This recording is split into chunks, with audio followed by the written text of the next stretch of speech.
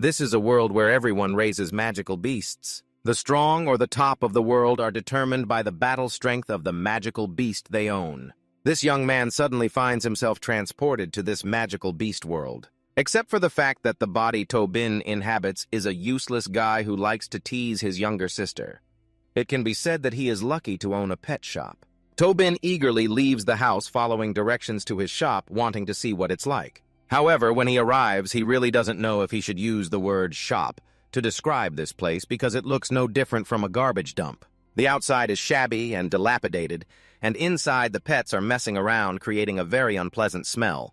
Tobin looks at this scene and feels extremely disheartened. He thought he would inherit some resources from the original owner, but it turns out he just has to clean up the mess that they left behind. Just as Tobin was about to roll up his sleeves to clean up, he was suddenly kicked hard in the back from behind, causing him to tumble forward and roll a few times on the floor. "Who is that?" Tobin shouted angrily. In front of him stood a guy who looked like trouble. Hey, did you forget that the customer just picked up? I've been waiting for you here all week." Tobin had no impression of this person and temporarily assumed he was an enemy.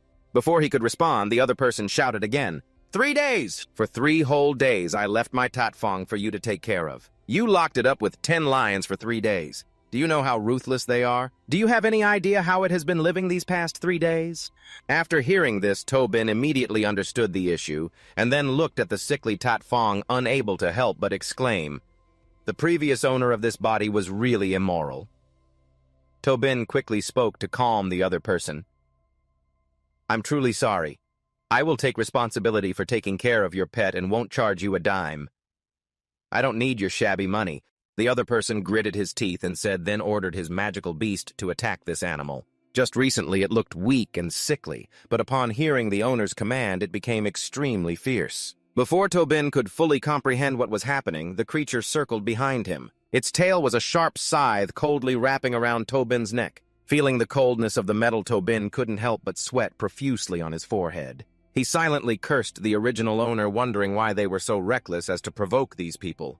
"Let's talk this over calmly. Can we all sit down and negotiate? How about this? I'll compensate you 3 times the money." Tobin still tried to salvage the situation. Compensation? You turned my battle beast into a wet bear. How can you compensate for that?" the other person replied angrily. Then his expression suddenly changed. "Wait! I just thought of a great idea." After finishing his words, he commanded his dark wind to use a new technique to blow away this pet shop, restoring the prestige of his beast with the bloodline of the white dragon. Tobin was both panicked and helpless when he saw the black leopard preparing to strike. He really didn't know what to do. Could it be that he was about to lose everything just after arriving here? He was a time traveler, but there was no way he could be so useless as to not have a beast at all. Just as he thought that, suddenly a brilliant beam of light appeared from the sky and struck Tobin. Both the young thug and his dark wind were turned to stone. At the same time, a simulation window appeared in front of Tobin, scanning for suitable targets and beginning the binding contract. Tobin's heart, which was hanging in suspense, was finally set down. "That's right, you're a time traveler. How could you lack a VIP Pro system?" Consequently, several lines of text appeared in the simulation window in front of him, binding with the Roju shop. This time it was Tobin's turn to be petrified. "Why am I bound to this shop and not to me, right?" Initially, Tobin reacted this way because he thought he had just been bound to some useless system. However, after the binding process was completed, the system notified that Tobin was in a shop immune to damage, meaning that at this moment any attack would become ineffective against him. This is no different from being invincible. Tobin looked at his hands in confusion, then muttered, "But the target of the binding isn't this shop, right?" The system read his thoughts and replied, "I forgot to mention when the shop is bound, the owner of the shop will also be bound." Tobin sighed. This system seemed not very professional. The process of accepting the master by the system was completed, and space and time were immediately restored to normal. The thug and his dark wind were no longer frozen, and the attack of the beast was once again initiated. However, this time Tobin had no intention of standing still to take the hit. Facing the beast that was opening its mouth wide, preparing to strike, the simplest way was to stop it. Thinking is doing, he rushed in like the wind and then used his hand to lock its mouth. "What do you want my shop?" Tobin glared and asked coldly. The dark wind, seeing this, broke out in a cold sweat and could only emit some pitiful groans from its throat. "Swallow it for me." Tobin spoke again this time as a command. Then the dark wind, though very aggrieved, had to swallow its attack, then lay down on the ground, trembling, completely devoid of any imposing demeanor. After handling this pet, Tobin turned back to its owner. "May I ask, do you have any comments regarding the service quality of the shop? This customer, that thug earlier, was very aggressive, but after seeing Tobin stop Tatfong Hakam with his bare hands, he was soon scared to death." "No, I don't." Sensing the fear of the opponent, Tobin continued to take advantage of the moment. He walked step by step towards him, saying, "If you have no comments, then let Tatfong Hakam stay at our shop for a few more days. I will definitely take good care of it." It was clearly a suggestion, but this guy felt a chilling aura emanating from Tobin. He felt like he was about to be silenced for good. Therefore, just a moment later, without any prior signal, both Tatfong Hakam and its owner ran out as fast as they could. After they left, Tobin received a new notification from the system stating that the danger of the shop had been resolved. Therefore, he received the authority to cleanse the state of the shop. Tobin was very satisfied. It seemed that this system was quite sophisticated. He immediately pressed to use that authority. In the blink of an eye, his messy shop became shiny and tidy. Even the floor could reflect a mirror. Tobin curiously began to walk around the shop to inspect. He entered a room and discovered that the pet cage had also been upgraded, becoming very modern. Inside the room, there were two pets sleeping soundly, but Tobin had the feeling that the pets inside were smaller than he had imagined. Grasping that thought, the system immediately spoke to explain, "This is the pet nurturing cage. The pets kept in here will all be adjusted to a standard form. Number of spots 2 out of 9, capable of providing effective training and some therapy for pets." Tobin secretly exclaimed, "This upgrade is really impressive." However, he still had something to worry about. "What if that filthy dog makes a mess in here? How would I clean it up?" "The host doesn't need to worry," the system replied.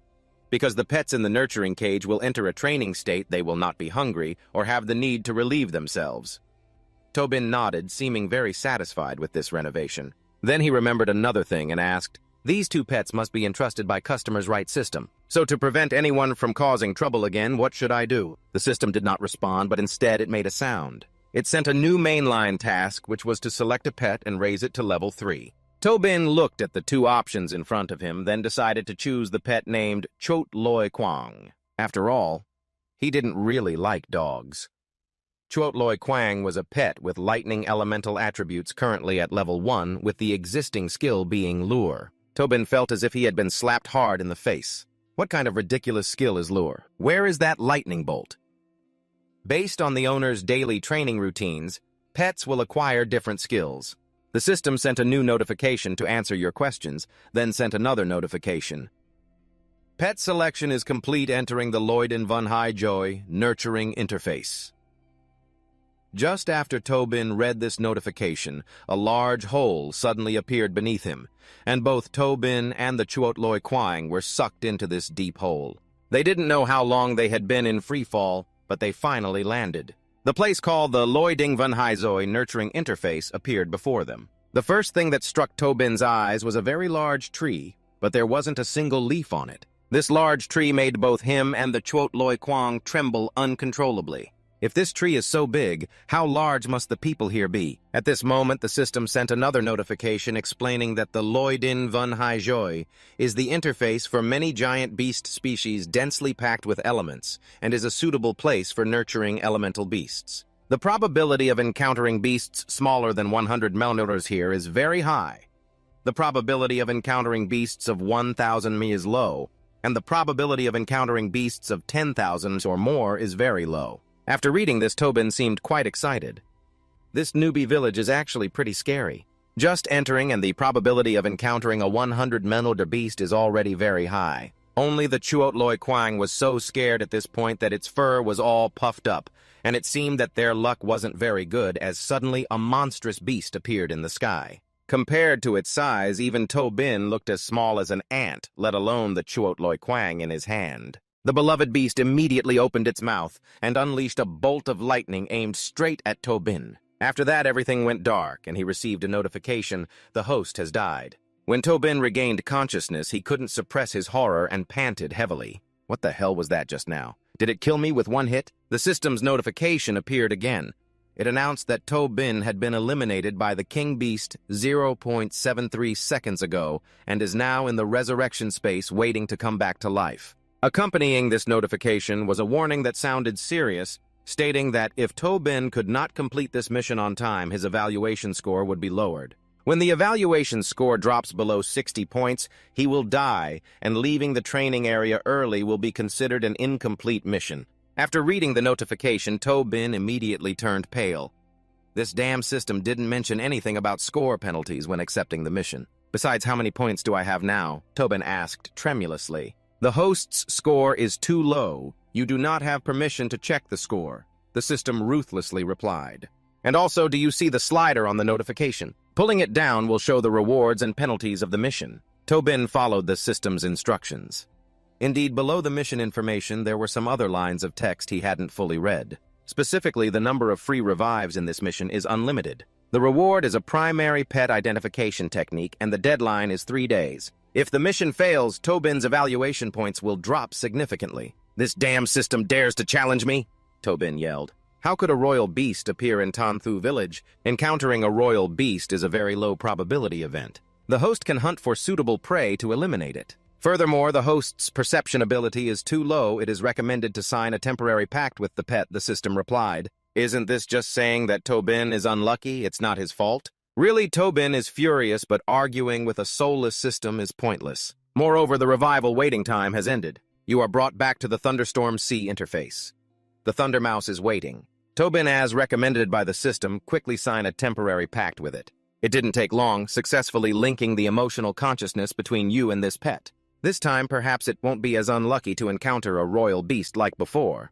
Bin took the opportunity to lead the Thunder Mouse to hunt, and his luck was quite good, as not long after Bin encountered a grazing horse. For Bin, this is a pet with low threat level. However, for the Thunder Mouse, it is still a very frightening creature, perhaps due to the size difference. After establishing the pact, Bin could sense the extreme fear of the Thunder Mouse. This made him suspect that there must be something dangerous ahead, and Bin's instincts were indeed accurate. Soon after, another terrifying creature appeared out of nowhere, ambushing the horse and swallowing it whole. After seeing this scene, the Thunder Mouse's attitude changed, appearing very aggressive, looking like it was less than 100 meters away.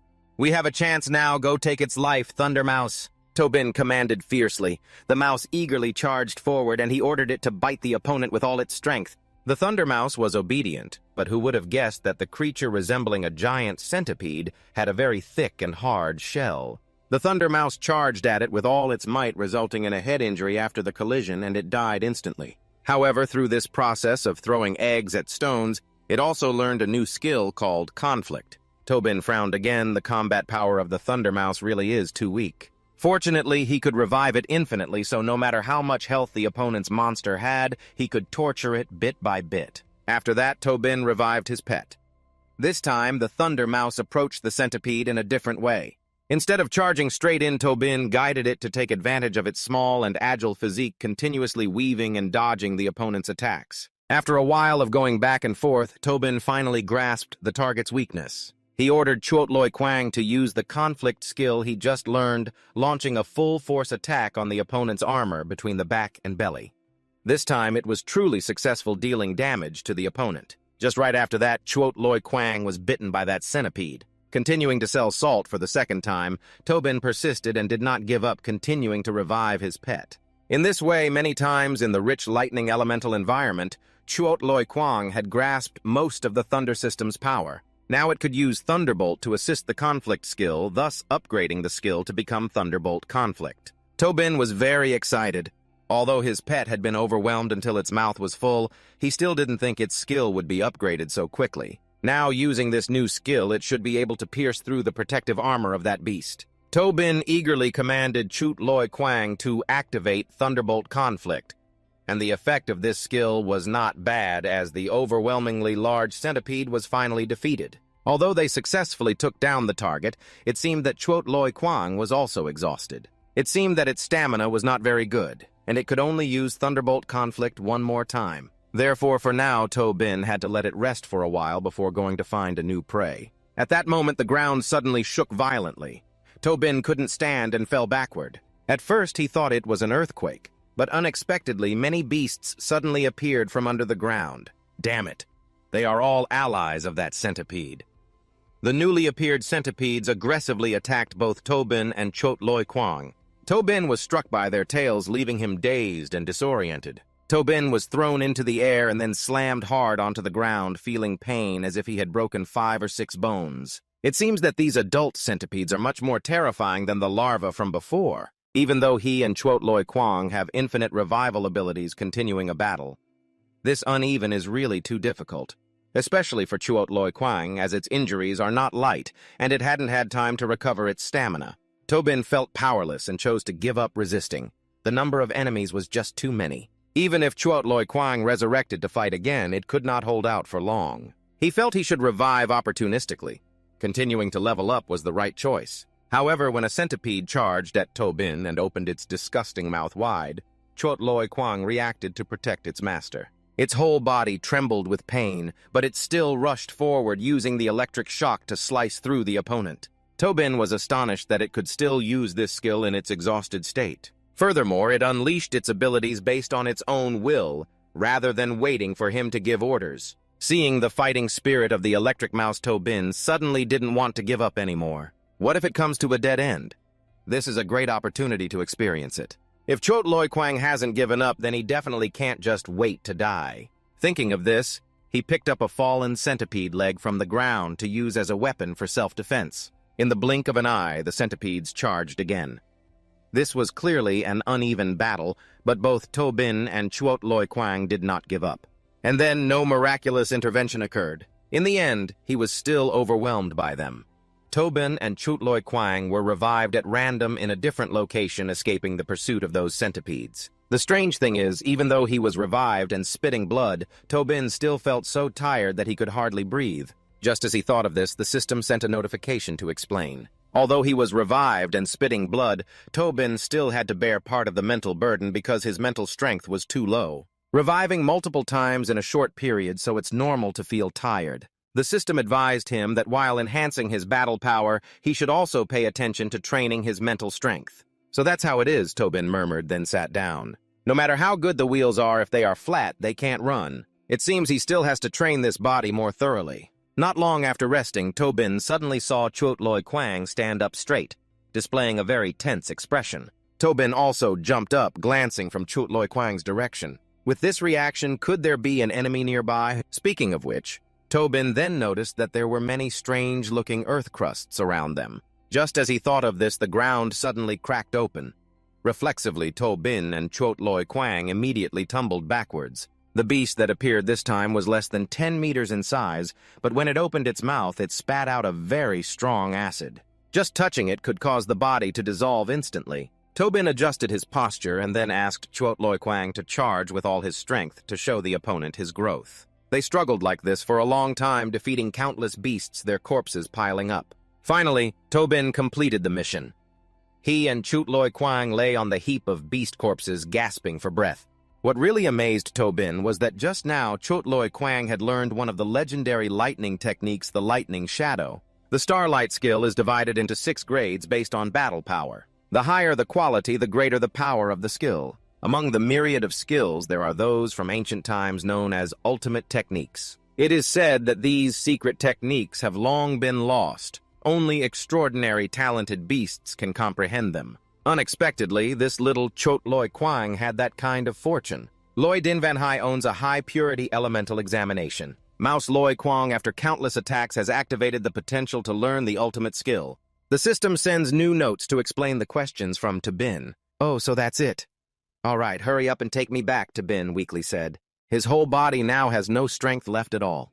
The system quickly starts up, closing the nurturing interface again. Tobin is about to be disconnected from Loi Din Van Hai, so the temporary link between him and Mouse Loi Kwang is also removed. Tobin closes his eyes. He really has no strength left at all? At the same time, in the real world, the final selection round of the Star Pet team is taking place. This is a competition held once a year at the Phoenix Mountain Academy in Long River City. The students participating in this competition all carry the hope of becoming a Grand Master of Star Pets and joining the earliest pioneering team. Like every year, this year also has several names that are highly anticipated, such as Diep Hao Jiang Tuyet Han and Truong Hu. That day in the crowd, there was a red-haired girl who was constantly sighing. This girl is named Tuyen Din, a third-year star pet master of Phoenix Mountain Academy. Like many others, Tuyen Din also hopes to achieve high results. However, for some reason in the previous 2 rounds, she repeatedly faced seeds capable of winning the championship. The previous round was Zhang Tuyet Han, and the next round was Diep Hao. Because of that, Tuyen Din lost 2 consecutive matches. However, it doesn't stop there. In this final match, she also faces the remaining seed Truong Hu. Yet in Tuyen Din's hands at this moment, there is only Bak Nya Ak Ho left to go to the arena. Meanwhile, the condition to satisfy the competition is to have at least 2 star pets in hand. Therefore, she hurried to Tabin's pet shop to pick up Mouse Loi Kwang. When she entered, Tuyen Din saw the shop completely empty and thought the owner was about to move, so she felt a bit anxious. "Boss, I'm here to pick up my star pet," she called out loudly. Hearing the call, Tabin opened the door and greeted her. "I sent the Mouse Loi Kwang to your place. Is it healthy now? I want to take it back a little earlier." "It's very healthy as it can be," Tabin replied curtly, then turned and walked to the checkout. Tuyen Din was a bit confused by Tabin's reaction. He went straight into the inner room, picked up the sleeping Mouse Loi Kwang, and looked at it with a reluctant gaze. "It's time to wake up. It's time for you to go home. After you get home with your owner, remember not to forget me." It turns out that Tabin's reaction was because he couldn't bear to part with the mouse, which had shared hardships with him in the nurturing interface over the past few days. But in the end, he still had to return it to Tuyen Din. After the girl made the payment, the system automatically converted it into energy, and at the same time, Tobin also received a new mission called Chaotic Reproductive Spirit. The mission's content requires Tobin to create a pet that belongs to him. The deadline to complete this mission is 7 days, with the reward being a random skill book for pet trainers, and the penalty for failing the mission is a deduction of evaluation points. When the score does not meet the set target, Tobin will be logged out of the living server. The system also suggested that he could buy a awakening solution in the store to become a pet trainer. Tobin's heart skipped a beat at the thought of becoming a pet trainer. He felt incredibly excited. Tobin immediately opened the system store interface. According to the system, this is a store that exists in his consciousness. In the future, whatever he wants to buy will appear just by thinking about it. The awakening solution is located in the first item slot priced at 100 energy. Tobin didn't think much and immediately clicked to buy, but unfortunately, he couldn't own it due to insufficient energy. The system explained that energy is mainly converted from the money Tobin earns at a ratio of 101, and the energy he earned today is only 1 point, because the bill that Tuyen Din paid earlier was only worth 108. After reading the notification about the balance change, Tobin was really furious. Damn. I raised a spirit pet that mastered 10 major secret techniques, and it's only worth 108. After that, the match between Truong Hu and Tuyen Din proceeded as usual, and the result was still within the viewer's expectations when Truong Hu's Ma Long Queen could defeat Tuyen Din's Thung Bak Nya Ak Ho with just 1 move. Amid the cheers of the surrounding audience, Truong Hu wore an extremely smug expression, very much like someone hailed as an elite in China. "Do you want to fight again?" This person is a third-year student at Fongson Academy, and their strength is quite formidable. Although Truong Hu asked, everyone knew that this match was no longer worth watching. In the previous 2 rounds, Tuyen Din was considered one of the strong contenders among the players, but it was unfortunate that she faced 2 aces from Fongson Academy. Most of her pets were heavily injured, and she had almost no chance of winning since the beginning. She was too weak for this certain defeat situation. She didn't even think about preserving her own strength and took such risks. It really showed a lack of foresight. One person commented that she was an outsider who was always clear-headed. The outcome of this match relates to whether she qualifies to join the Kai Huang battle team or not. Of course, even if there were no chances of winning left, she still had to take a risk as a fan. Someone else chimed in that in the arena the battle was still not truly over, even though Tuyen Din's pets had already been knocked flat on the ground. The audience is all waiting for her to make the final decision to accept defeat or fight to the end. But now is not the time to dig deep for answers to that problem because on the other side, Zhang Xiao's Hellhound is attacking again. This time, it's the fiery dragon's flame. Even though he hasn't used all his strength, it's enough to completely defeat the Bak Nya evil tiger which hasn't had time to recover. Seeing the fiery dragon's flame charging fiercely, I Yen-din tightly shut my eyes and shouted loudly, "I concede!" Boom! With that sound, the entire audience was shaken by the attack from Zhang Xiao just now. The referee intervened to stop the fiery dragon's flame and declared that I Yen-din had surrendered. I don't understand why even after winning there is an unwilling look on Zhang Xiao's face. Just a little bit more, he thought to himself. Consider yourself lucky. Wait until the next match, I Yen-din am very troubled. Now I only have the Thunder Mouse left that can go to the arena. However, that mouse is very tiny, and after coming back from the pet store, it has only eaten junk food. This makes me suspect that during its care, Tobin has spoiled it. With this state of the Thunder Mouse, I really don't want to let it go to the arena. Even the Bak Nya evil tiger has been defeated. How can I let that tiny mouse go into battle? Ladies and gentlemen, according to the rules of the competition, I Yen-din only have the Thunder Mouse left that can fight. The MC's voice rang out again. I Yen-din bite my lip. Do I really have to let this mouse go to the arena? Even though I have mastered the secret skill of a pet trainer called Level 3 Strengthening, it can only temporarily raise the combat power of the Thunder Mouse from Level 1 to Level 3. Meanwhile, Zhang Xiao's Hellhound has long reached Level 3. Everyone thinks this will definitely be a one-sided brutal match. Ha ha, To Yen-din, don't be afraid. Just give it a try, you never know. The Thunder Mouse can eat mice. The audience started shouting, but it was all Trum teasing To Yen-din. Even being provoked like that, she still managed to keep a bit of her last rationality. To Yen-din wanted to protect the Thunder Mouse, not letting it risk its life unnecessarily. So she struggled to raise her hand, but just as she was about to say, "I concede," the Thunder Mouse suddenly fluffed up its fur and charged forward. In this situation, everyone assumed that To Yen-din accepted the challenge and the match quickly began. Just now, To Yen-din did not issue any commands to her pet. It was just the Thunder Mouse with its own will refusing to allow its owner to be humiliated like that. She was confused while Zhang Xiao on the opposite side seemed very pleased. He still wanted to trample on someone weaker like To Yen-din to satisfy his own vanity. Zhang Xiao immediately ordered the Hellhound to attack and burn the Thunder Mouse. However, on the opposite side, that little mouse was also entering a fierce defense state. Lightning Mouse.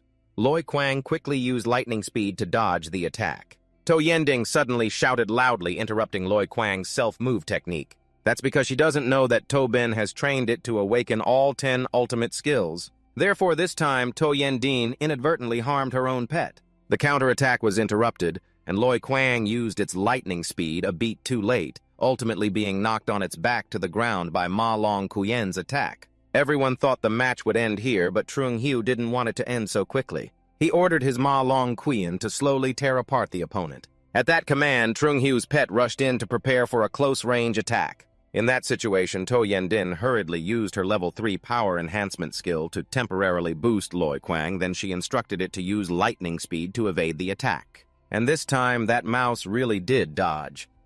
Next, Loi Kwang found a nice landing spot, and seizing the opportunity, To Yen-din signaled it to counterattack. The red-haired girl in the stands who had just criticized To Yen-din immediately sat up straight, her eyes fixed on the little mouse. Because if she wasn't mistaken, the attack it was launching was a level 7 thunder skill. This move even pierced through the protective barrier set up by the referee, and Trung Hiu's Ma Long Queen certainly couldn't avoid it. The powerful figures in the stands could not hide their excitement upon witnessing this scene. A level 1 Loi Kwang mouse that can use a level 7 thunder skill, this truly is impressive. When the shock of this skill passed, Ma Long Queen lay flat on the ground.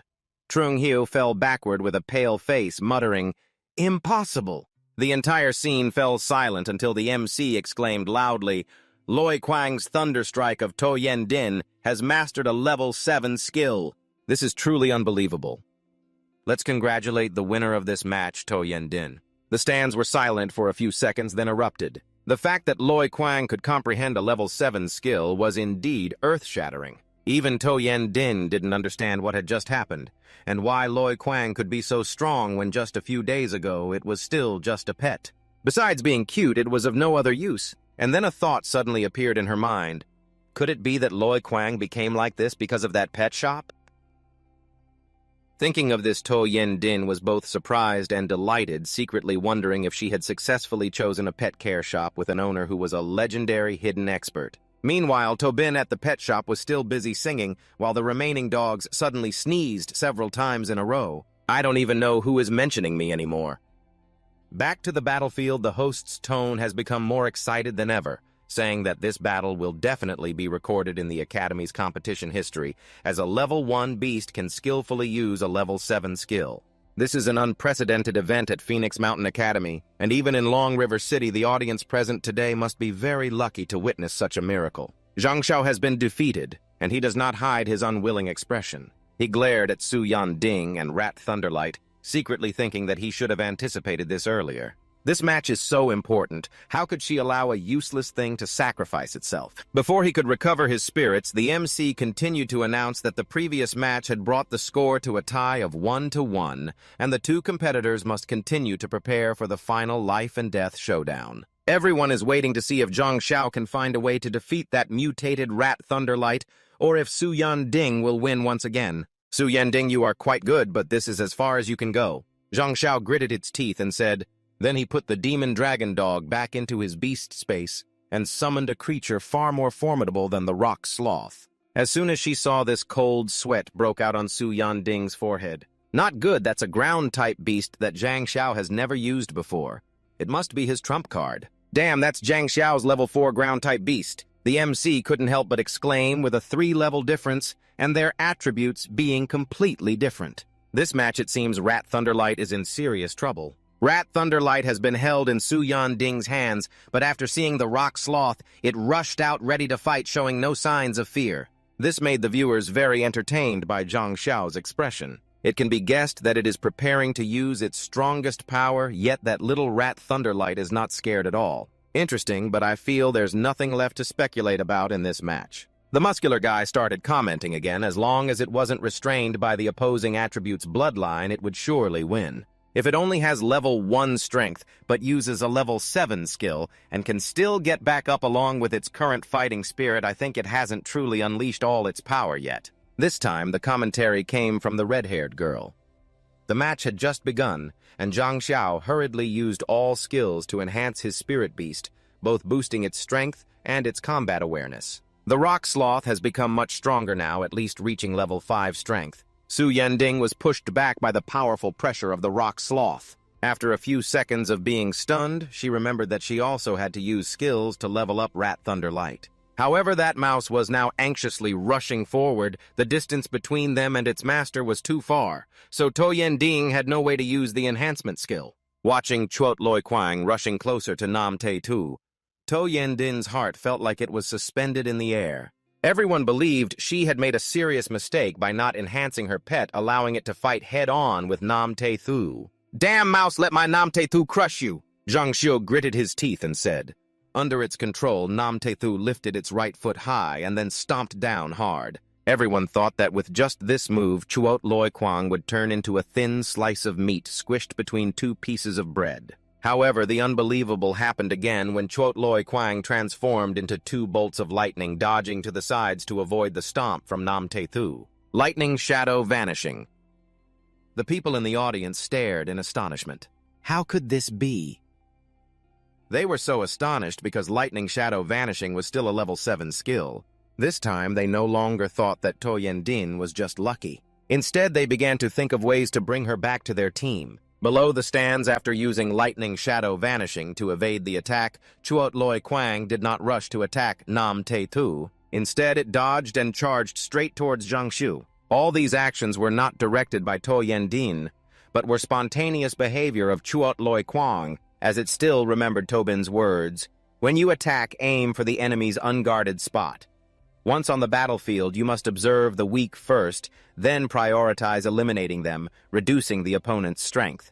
Zhang Xiu did not anticipate this move. Seeing Chuot Loi Quang charging aggressively, he finally activated the level 3 spirit shield to create a barrier right in front of him. But how could a level 3 skill compete with the level 7 Thunderbreak of Chuot Loi? Zhang Xiu's spirit shield was instantly shattered before it could fully activate. The entire audience shook with Chuot Loi Quang's strike, and a large hole immediately appeared in the ground. Everyone held their breath, waiting to see if Zhang Xiu could retreat safely. The answer was no when they saw the referee Feng Shen Niao had to intervene.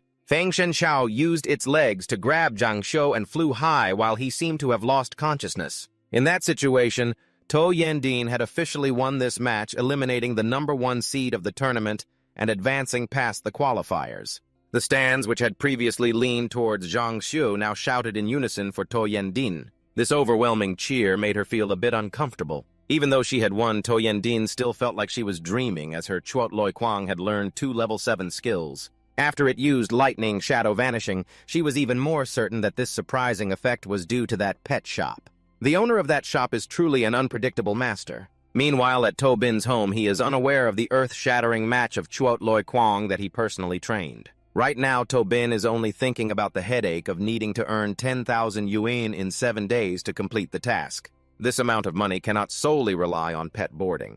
He wants to find another way, but the system currently only allows the shop to serve customers in 3 forms: boarding, renting, and selling food. In the first type, the shop is currently only taking care of 2 pets, but they are both defective, so the boarding fee can only be charged at 10 points per hour. The second type is renting pets, but right now To Bin does not have any pets to operate. Finally, selling food is the last option he can choose, but To Bin has to personally go to the training area to collect it, then price it based on the quality of the food. Can the food for pets be harvested from the entire training area, or is it only available in dangerous areas like Loidin Vun Hai Joy? To Bin asked. The entire training area has Loiding Vun Hai Joy. It's just one of many high-level training areas. Moreover, the higher the level of the area, the more rare food can be collected. The system answered.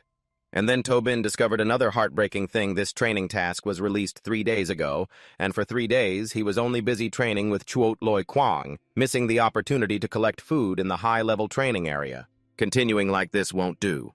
To Bin has made up his mind that within these 3 days he must become a beast master.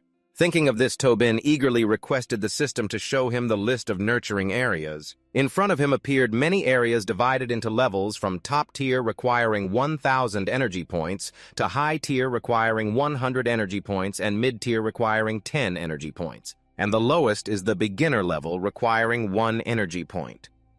Although there are countless choices right now, To Bin has only 1 energy point left, so he can only go to the lowest level training area. To Bin couldn't help but regret the last time he took Chuot Loi Kwang to level up.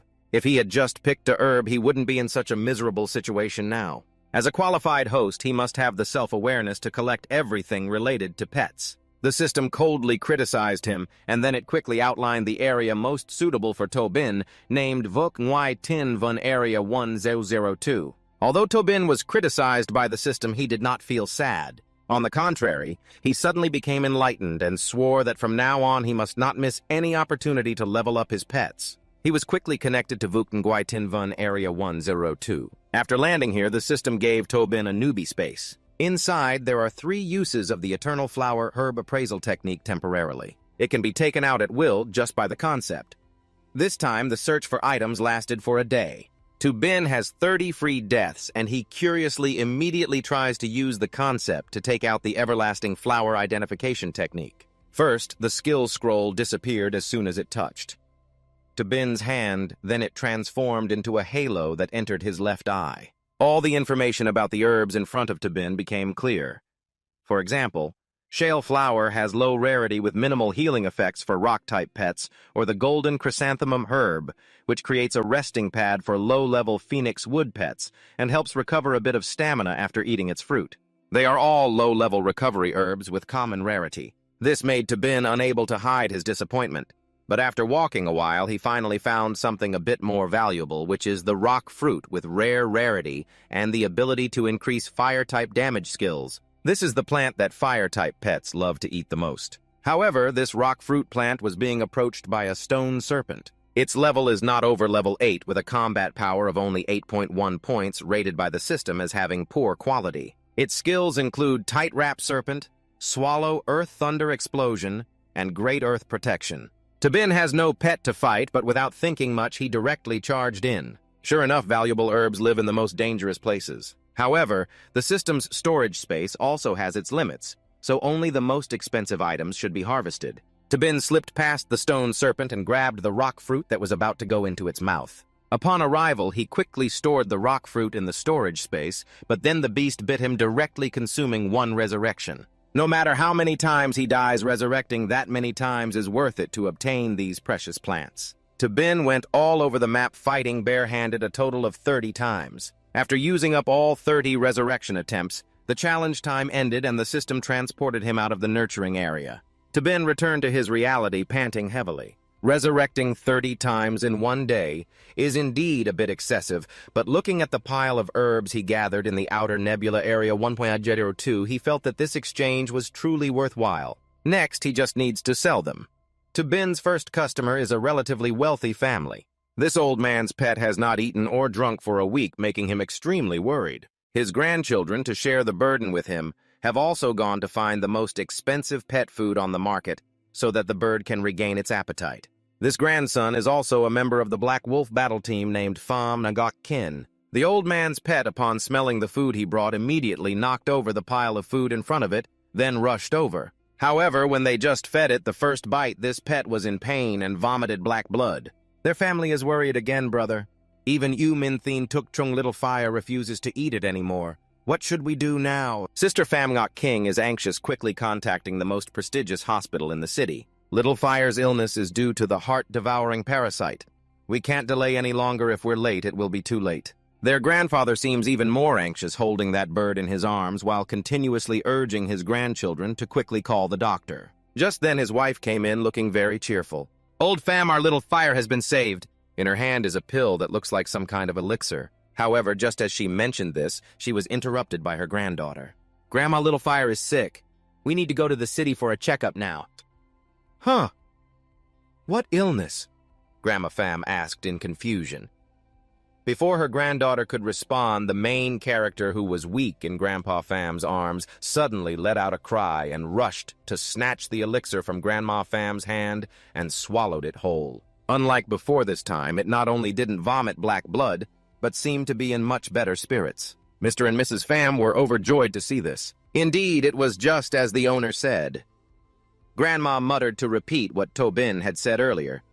The Shikchu bird has the attributes of pure intelligence and tenacity. If it eats food with overly complex attributes, it will have a poor appetite and severely, it will vomit blood. As long as you feed it Namchu fruit, it will improve on time. If it still doesn't get better, come back to me.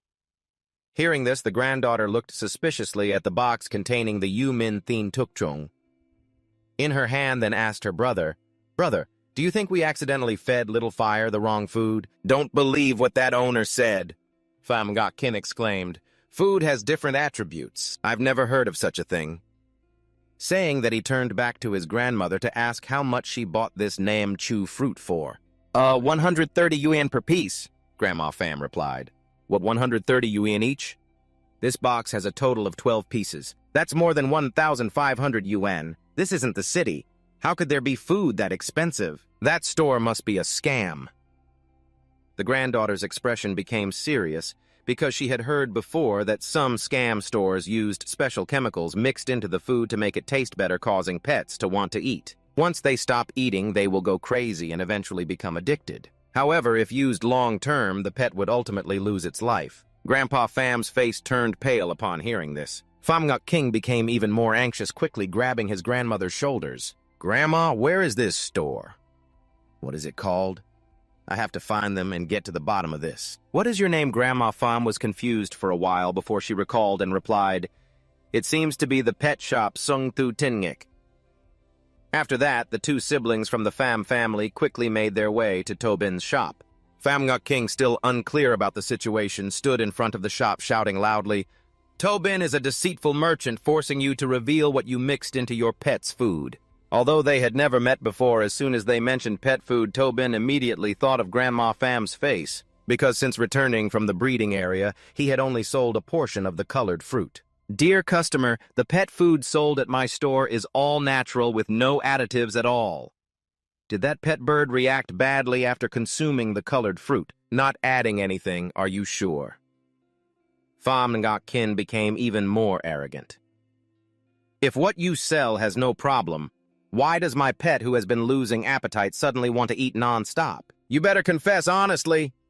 Pham Ngoc Kin's loud voice attracted quite a few passers-by to come and watch the commotion.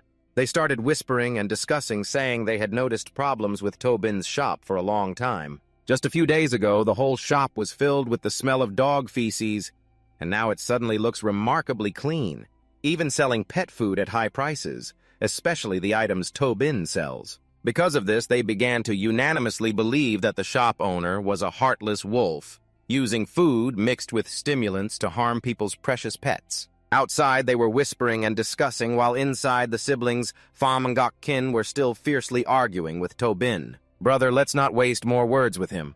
Tell your friend at the Pet Food Association to come here and investigate this black shop." His younger sister, Han Ho, spoke up.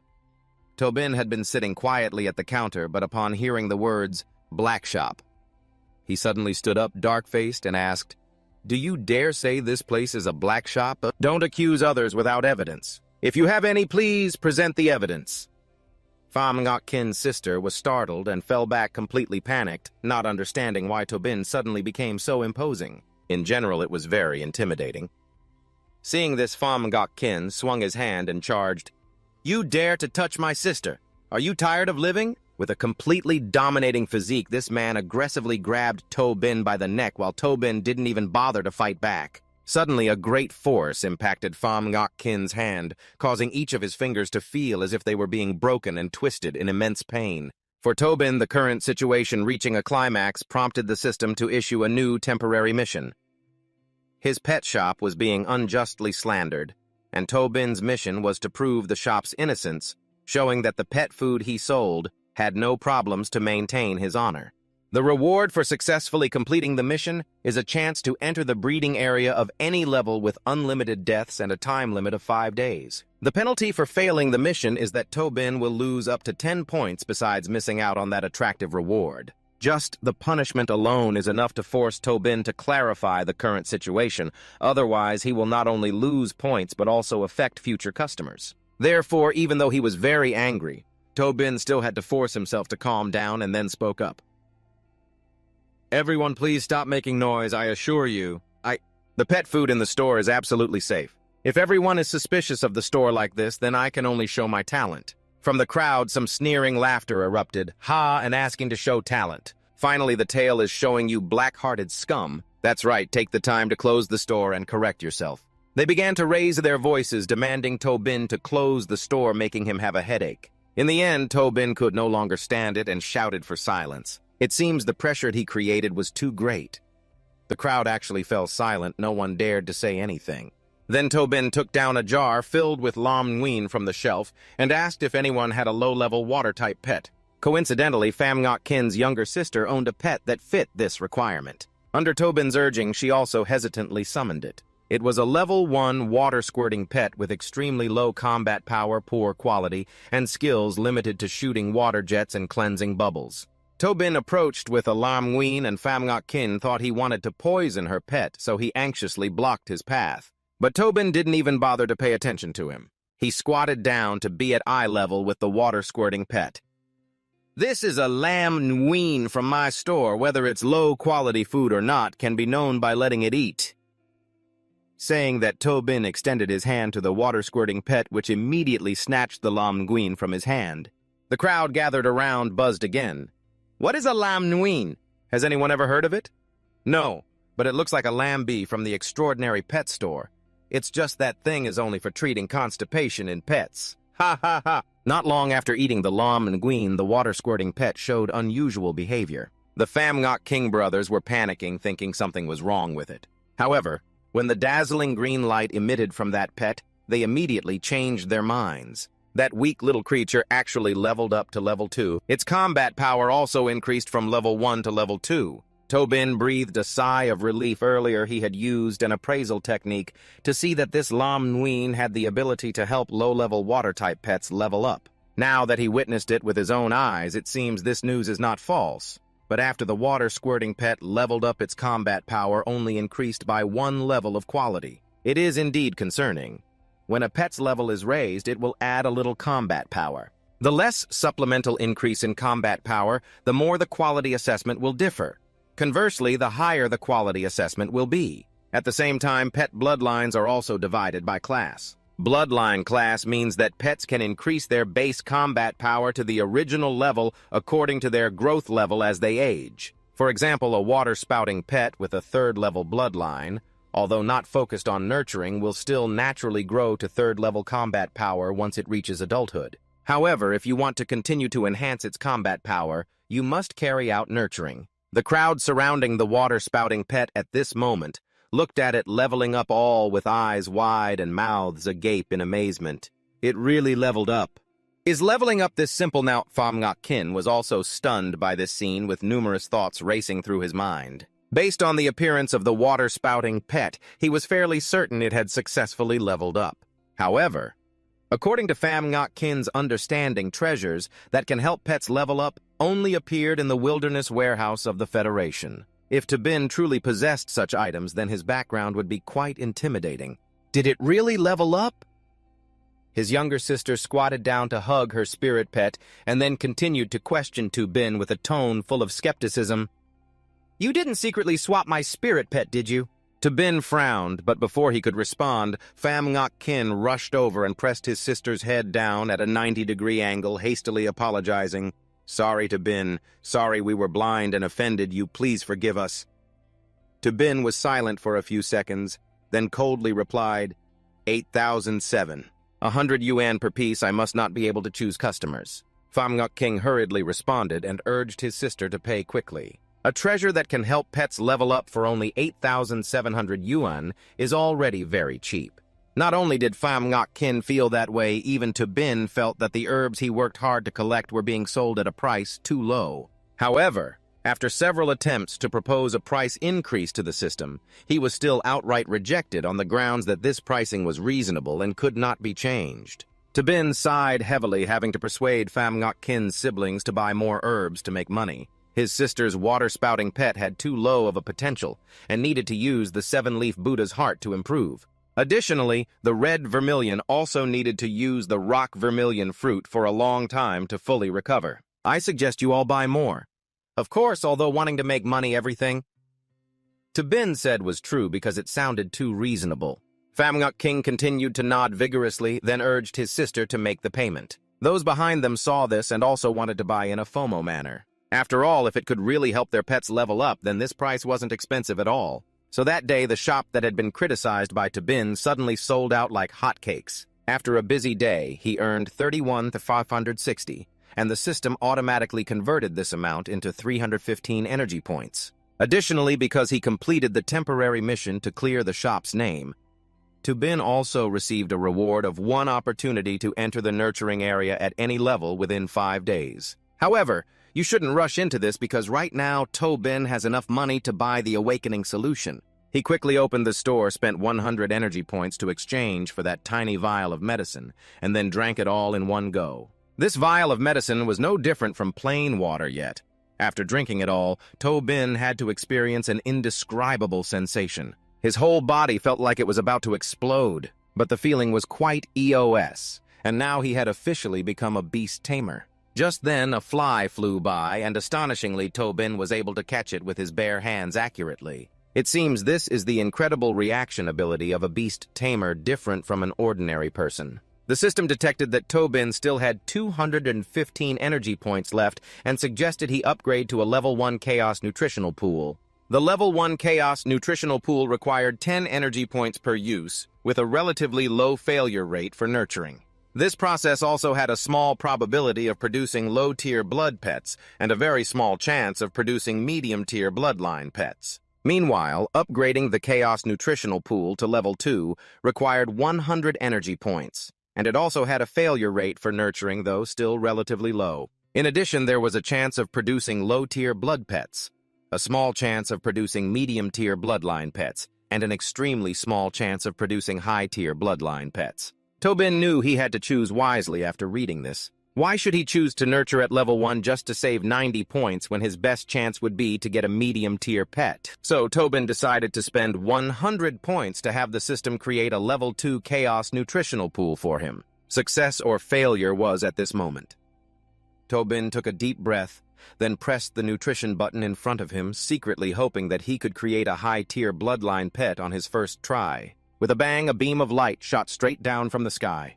The chaos nutritional pool was engulfed in a cloud of dust, and his senses temporarily dulled, further igniting Tobin's curiosity. Would he succeed? What kind of pet would he summon? Tobin held his breath in anticipation. But what awaited him was a little skeleton, which was just a low-quality demon-type pet, and moreover the lowest tier among demon types. Perhaps only a useless person would have to carry it around. Tobin was so angry he couldn't speak. Did he spend 100 energy points to get this? His luck really was too small. The task of nurturing and summoning his first pet had been completed. Tobin received a reward of a random beast tamer skill book. He opened it and found it was the basic skill Killing Intent, which consumed a certain amount of mental power to evoke the killing intent of the pet entering a berserk state. This allowed the pet, even when heavily injured, to maintain a more intense attack than in a normal state. Tobin fell into deep thought. During the training process, there are many powerful masters, so it's only feared that having many basic attribute skills would still be hard to escape from being defeated by someone with a single lethal move. This killing intent skill is quite suitable for the small defeating the large combat style, so it seems not too bad. For now, he won't criticize that little skeleton anymore. Then the system checked and found that Tobin had met the requirements to trigger the next main storyline mission. The content of this mission is to nurture his pet beast to a mid-level high-grade aptitude with a duration of 7 days. The reward for the mission is chaotic star power, and the penalty for failure is a deduction of 10 accumulated points. Mid-level high-grade aptitude. Tobin was dumbfounded, unable to believe his eyes. This system really knows how to tease people too much. That Thunder Rat has such a charming attribute, yet has only reached low-level mid-grade aptitude, while this little skeleton's aptitude is so poor that it doesn't even compare to low-grade. The difficulty of this mission is too high, isn't it, just asking him to turn a pile of trash into a pile of gold? Contrarily to its master, the little skeleton seemed very cheerful.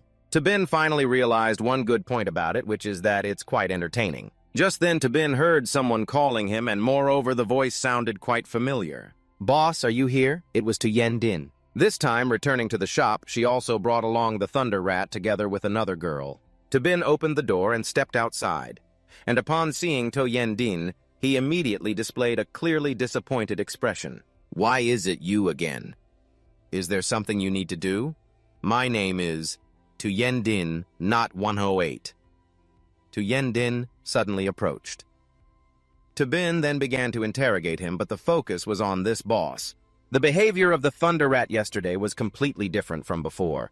Did you do something to it? Just that made Tobin break out in a cold sweat. He also thought that the pet beast he was taking care of had some problem, and a customer came here to complain. So he firmly shook his head and said he hadn't done anything other than taking it for a walk to exercise a bit. Of course, he didn't mention taking it for a walk in the breeding area. "Are you telling the truth?"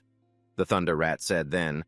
Tobin turned towards that rat. Even though he spoke very softly, it startled it so much that it appeared very panicked. Tu Yending observed Tobin's attitude and her pet beasts without missing a second. He said he had taken the Thunder Rat to exercise a bit, which is also to admit he had nurtured it before. Moreover, that rat wasn't afraid of the level 4 demon dragon dog on the arena yesterday, yet now it was trembling in front of Tobin. This made her even more suspicious of Tobin's abilities. This Din sees this boss as nothing special, and the shop is both small and lacking in vitality. "Are you sure we didn't go the wrong way?"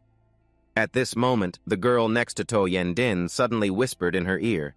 To Yending hurriedly made a silent gesture, then replied even more softly. "Right now, I can't explain, but in short, this boss might very well be a level 7 expert. Don't provoke him, otherwise our little lives will be hard to keep." "How can you tell that?"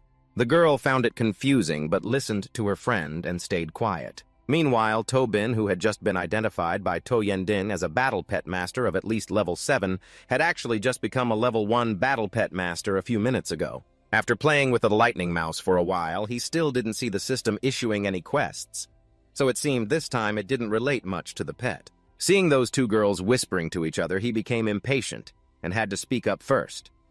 "What's up? Are you here to complain that my fees are too high?" What was originally just a very normal question through To Yendin's perspective turned into a question full of hostility, intimidating them. And thinking about it, it was true. It was not reasonable at all that she only paid 108 for the lightning mouse to become so powerful.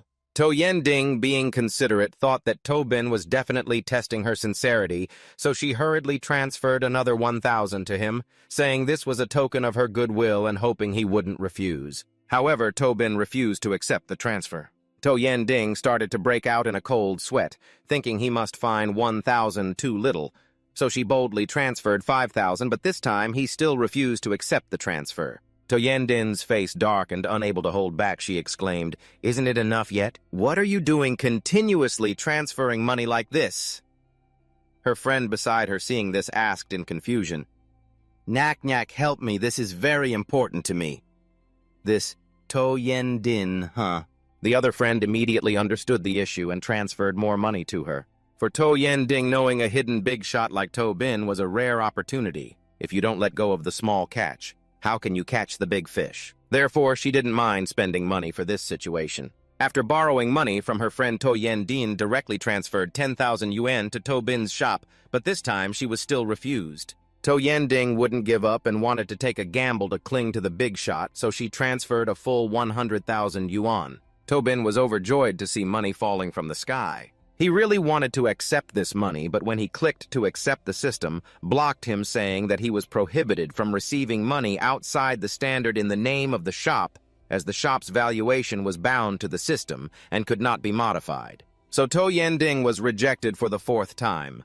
This time she was really about to cry, "We have no eyes, how much does the great master need? Please name your price." Tobin was furious, regretting the money, but still had to act noble and replied, "Not to do that anymore. It really wasn't necessary. If there was anything, she could just say it." To Yending was moved to tears by your words. She didn't expect that Tobin would not need anything at all. It turns out there are still people in this world who are both young and capable, yet do not care about fame and fortune. If Tobin has said that To Yending will not hide it anymore. She told the story of the competition she had to participate in 3 days later, but all the remaining pets were heavily injured. Therefore, the last hope is placed on this thunder mouse, which is why To Yendin wants to entrust to Bin to nurture it for 3 more days. The opportunity came too coincidentally. If the thunder mouse returned to the store, leveling up Little Skeleton would be much simpler. So, To Bin put on a cheerful expression. Just then, the system also sent a new notification detecting that customers needed to nurture pets and opened an early basic pet nurturing service. The host can refer to the service price list below to accept specific orders. The cost to nurture a pet from level 1 to level 3 is 10,000 yuan. From level 4 to level 6 costs 100,000 yuan. From level 7 to level 9 costs 1 million yuan. And the highest royal beasts, the nurturing cost reaches 10 million yuan. Tobin was wide-eyed, not expecting that nurturing pets could earn so much money. However, for now, he can only accept orders with a rank of level 3 or below. Then let's start with this thunder mouse first. Tobin then informed To Yendin that the nurturing fee for pets at his store for 3 days is 10,000 yuan. This amount, while not cheap, is still worth it if he can nurture the thunder mouse, like in the last competition. Furthermore, with Tobin's nurturing skills, it's even more reasonable. To Yending didn't think much longer and immediately agreed to make the transaction valid quickly. Tobin received 10,000 yuan into the store account, which was converted by the system into 100 energy points. Besides nurturing, may I ask if you need any other services? I can also conveniently treat injuries, Tobin said again. To Yendin's eyes immediately lit up, not expecting that sending pets for nurturing here could also treat injuries. Unlike going to the hospital where the spirit pets are both far and expensive. She nodded repeatedly, then took out all her injured spirit pets, immediately startling Tobin. To Yending sent a total of 3 pets for nurturing, but just as Tobin was about to accept the order, the system had another new notification.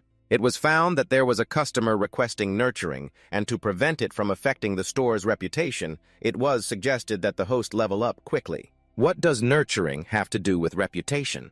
Tobin thought to himself. The free nurturing was initially made from scrap spirit stones with very weak spiritual power, and it also contained complex and chaotic waste radiation. Although it contributed a small part to helping the pets grow, it also had a high chance of causing them to mutate. Tobin gritted his teeth in anger, having just earned a little money when this system found a way to squeeze him. In that case, I'll buy 3 more breeding slots to raise them as well. You just completed the transaction when a new notification came in. 3 new breeding slots plus 2 to replace the old ones, totaling 50. If the energy points cannot sustain this process, the breeding slots will also disappear. I remained calm in response to your reaction, which made To Yendin anxious. Boss, what's wrong with you? I'm fine.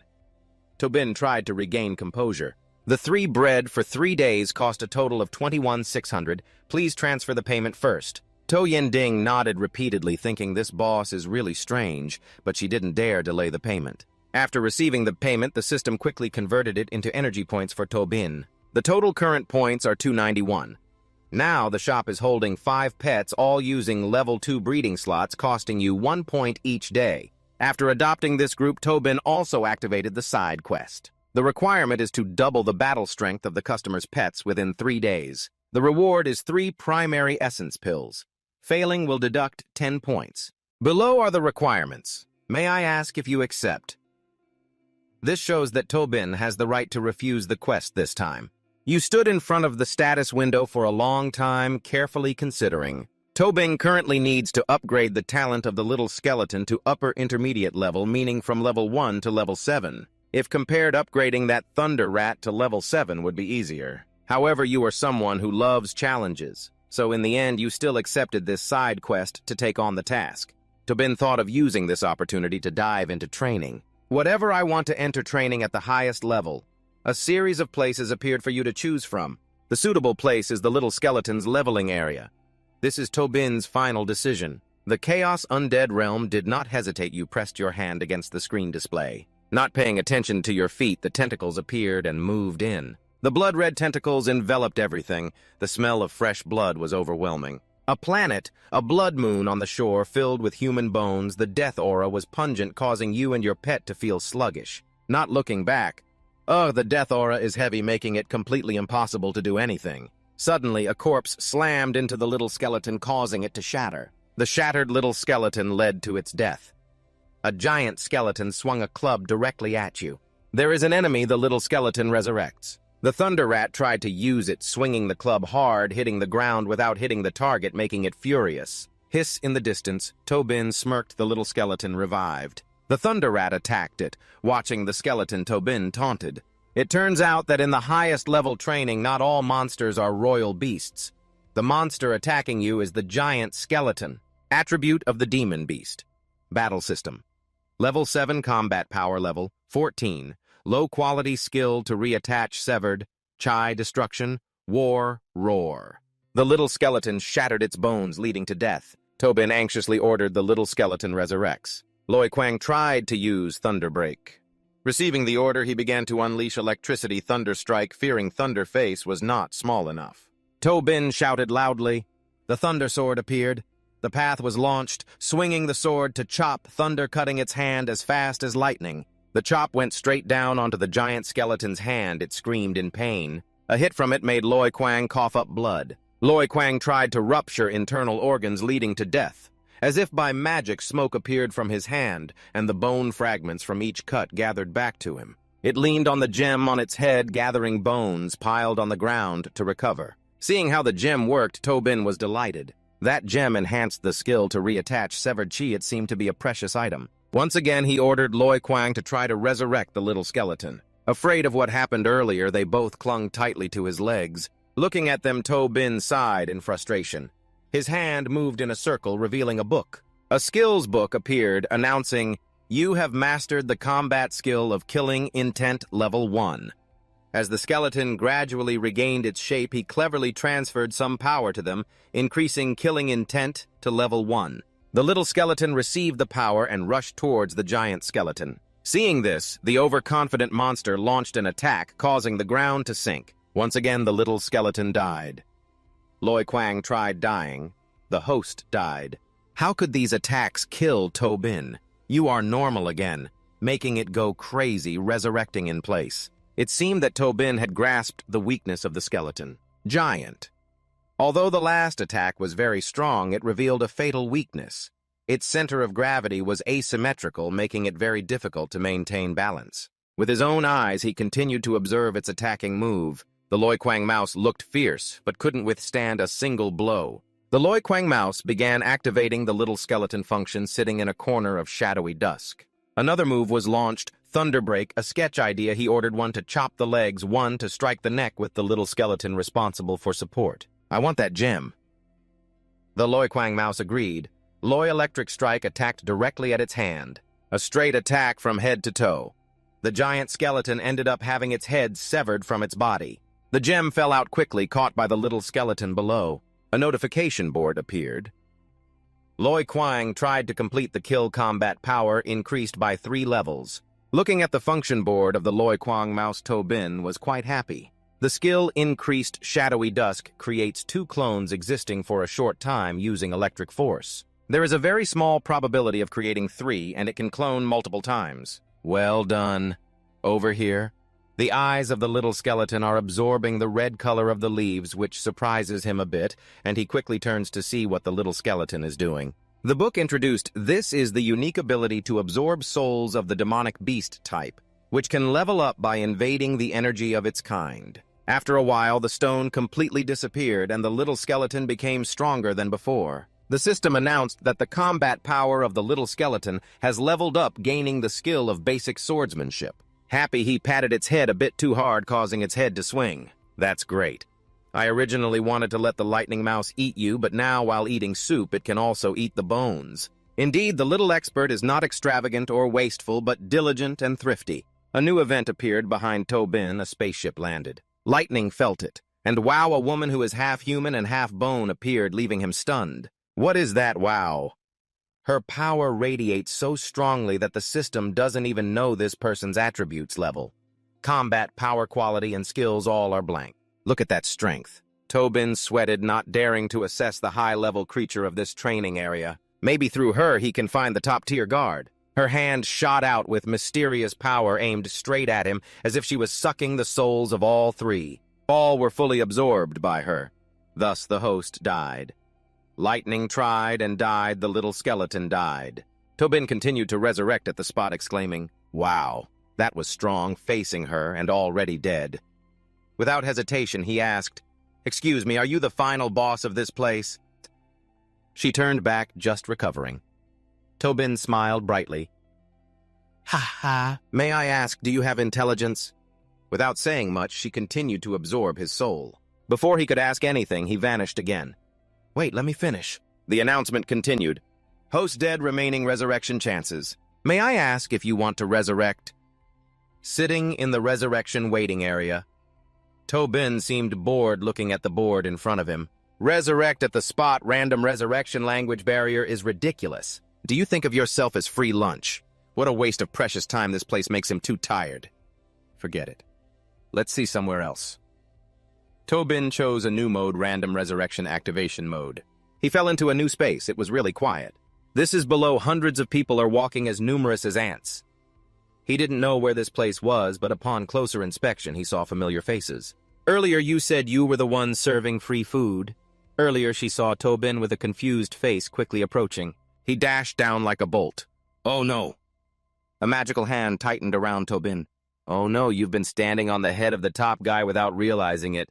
He blinked and asked, "Who are you and how?" "Give you 3 seconds to answer." The arm tightened more, making Tobin struggle to breathe, feeling a strong pressure. "I just happened to pass by. You are the leader of this place." The force of the grip isn't enough to take my life, which made him wonder, why not deal with me directly? What is it probing? Stuck in an unstable arm. Tobin had to think of a damned way to escape. Being assassinated by Mew, he was fortunate to be revived in hand. The initiative to leave or stay was his to decide, but if he was imprisoned, the system's resurrection ability will not take effect if too much time is wasted. Failing to complete the mission would be a big deal.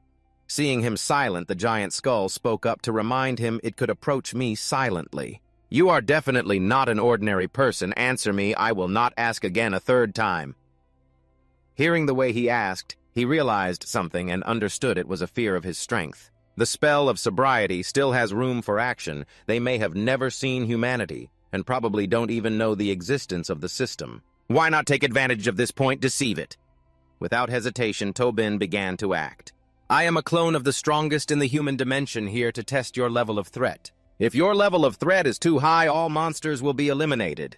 Hearing that, oh, really moving forward, "It can be understood as protecting our king." Over here, a gentle light flickered in his eye socket, breaking through a group of soldiers. Watching how he killed his soldiers, Tobin smiled, thinking this is indeed his loyal subordinate. Just killing like that doesn't your conscience hurt? Is the thing you are best at bullying the weak? A strong grip made him explode like a balloon. The host has died. He glared at the soldiers, furious, claiming that the protection was insulting him. There is nothing in this world that can threaten me. Tobin looked at him, recovering while responding with disdain. Oh, really? Heh, I didn't expect him to be so easy to deceive. Deceived now, as long as he is not imprisoned, everything is easy. The soldiers below were in disarray. Those looking back at the time-space, unwilling to lose, he brought the ring to absorb magic power, shooting straight at him, burning Tobin, then continued to use sharp traps to impale him. The host has died again and again. The host has died, and Tobin revived gradually, his legs recovering, stepping out of the smoke. A body exactly as before appeared. He scoffed. Weak, the assassination skill becomes stronger, and I feel no pain. I have gradually adapted. Seeing him keep reviving, the guy's eyes turned red. Being able to continuously reverse the time-space of the undead realm. What exactly is this human claiming to be an intruder? Terrible. The host has died and revived again. He aimed straight at the gem, that gemstone worth a lot, right? He raised his hand, aimed directly at the ring containing the stone. I want to get it before it completely disappears. Tobin's hand managed to place on the stone, taking it quickly like the wind. The stone disappeared. The ring was empty. He was startled to realize that the time-space shift was indeed a time-space shift. So angry, the guy left the highest position. He was so big, yet could simultaneously use 2 supreme laws, and now unexpectedly lost to you. The distance of teleportation is still a field. I searched. Who is it? Who on earth is it? The notification system has randomly chosen to resurrect at the original location. Tobin breathed a sigh of relief, still thinking he would continue to sit back and wait for death. So naive. After pretending to be done, he ran away comfortably. You raised your hand to the little skeleton. The little skeleton put down the jelly and showed it to you. Let me show you this treasure. Seeing the little skeleton happy, Tobin smiled brightly and boasted, Do you like it? My Tobin's favorite pet. How could it only gnaw on scraps? You commanded, Let it absorb. Next time we fight, it will be your turn. Suddenly, a monster appeared out of nowhere, charging at them with a fierce look. But the little skeleton was one step ahead. Before it could touch it, it used lightning-fast speed to slash through the monster. Basic swordsmanship, the system immediately displayed a notification. Successfully killed. Combat power leveled up level 4. Mission progress 46%. Time remaining 1 day. The head of that monster was severed from its body, falling to the ground and rolling towards another creature. It stepped on that head. It seemed quite angry, pressing down hard, smashing the head of the other monster into tiny pieces. This time it was a whole army of monsters, their bodies covered in a deep purple hue, wide wings on their backs, eyes shining with extreme cruelty. Tobin just smiled calmly, softly, saying to the little skeleton, Wow, so many experience points to give, it's all yours. As soon as the little skeleton finished speaking, it quickly annihilated them. The system sound rang out. The little skeleton has completed the kill, leveling up to level 6. The lightning mouse has completed the kill, leveling up to level 6. Mission progress 94%, time remaining 14 minutes. After such a continuous killing spree, Tobin was quite tired. Haha, these miscellaneous fish are really unwilling to fight, still lacking so much. But just when he wasn't paying attention, a monster lying on the ground suddenly opened its eyes. The cells in its body were continuously multiplying. It let out a roar, growling. The body of the monster quickly regenerated, as if it were a black hole in space, pulling the corpses of nearby creatures towards it. That monster grew larger and larger, the missing parts of its body quickly replaced. It roared loudly. Tobin suddenly realized he had overlooked it, muttering, Isn't it dead enough yet? You smiled smugly. Just then, the little skeleton and the pet beside it also got into battle-ready positions. With killing intent, you immediately ordered, Just destroy it, that will definitely be enough progress. The monster threw a scythe straight at Tobin. They realized the scythe was getting closer and closer, so you commanded the little skeleton. Little skeleton, with basic swordsmanship, immediately swung the blade in his hand to block the attack from the scythe. With the increasingly advanced skills gained from recent hunts, the young little skeleton split the scythe in half with lightning speed. The monster became even angrier, letting out a loud roar and glaring at them. Its two hands slammed down hard on the ground, and instantly blue arms quickly broke through the ground, wriggling continuously. Those arms tried to grab Tobin and his pets, temporarily hindering their ability to move. He exclaimed in surprise, "What?" The system panel displayed a notification, "Mission progress 94% remaining time, 7 minutes time is about to end." Tobin frowned in annoyance and replied, "No need to remind me." He thought to himself, "Damn, it's that hard-to-solve confinement technique again." While thinking, he commanded Lightning Mouse to use its lightning strike on its central attack. Lightning Mouse responded to the command, chirping, and instantly a green electric current radiated around it. That current quickly transformed into a large pillar of light with immense power aimed directly at the monster's core. But surprisingly, the monster was unharmed, and strange hands around it began to gradually disappear, perhaps because they were absorbing the blow. The hands quickly multiplied, moving closer to the monster as if protecting it. At this moment, he suddenly realized he was blocked. Then the system panel appeared again, but this time each feature did not display specific information from attributes, level combat power aptitude to control abilities. Tobin frowned and muttered, "Indeed, it dares not reveal itself." But two things were confirmed. One, the blocking hands were not afraid of damage skills. Two, that focal point was indeed its weak spot. The system panel quickly urged remaining time 3 minutes. Tobin turned to Lightning Mouse and shouted the command, "Lightning Mouse, unleash the lightning strike. Gather the power of thunder covering the surface of your body." Lightning Mouse released layers of electricity enveloping its body, causing the hands gripping it to be affected. Lightning Mouse let out a chirp. Immediately, the hands were attacked by the electric current, causing them to release their grip. The system panel displayed a notification. Lightning Mouse has mastered the Thunder Wrap ability. Effect uses lightning to ward off. Evil protects the body. Can maintain damage effects and simultaneously cause physical paralysis at close range, greatly increasing effectiveness against demonic enemies. Joy was evident on Tobin's face. He excitedly said, "I've mastered it." Electric currents began to spread rapidly through the air, making crackling sounds as they passed through the hands, causing them to halt their actions for a moment. Lightning Mouse sent a stream of electricity towards the monster, making its body feel pain. It let out a roar.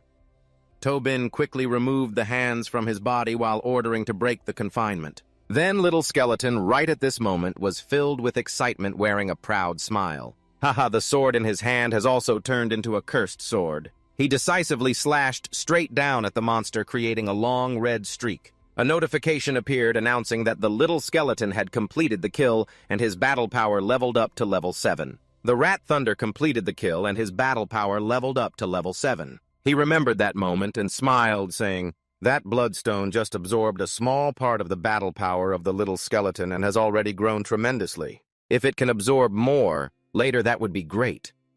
The system then announced, "The main quest has been completed. You have received the chaotic energy map.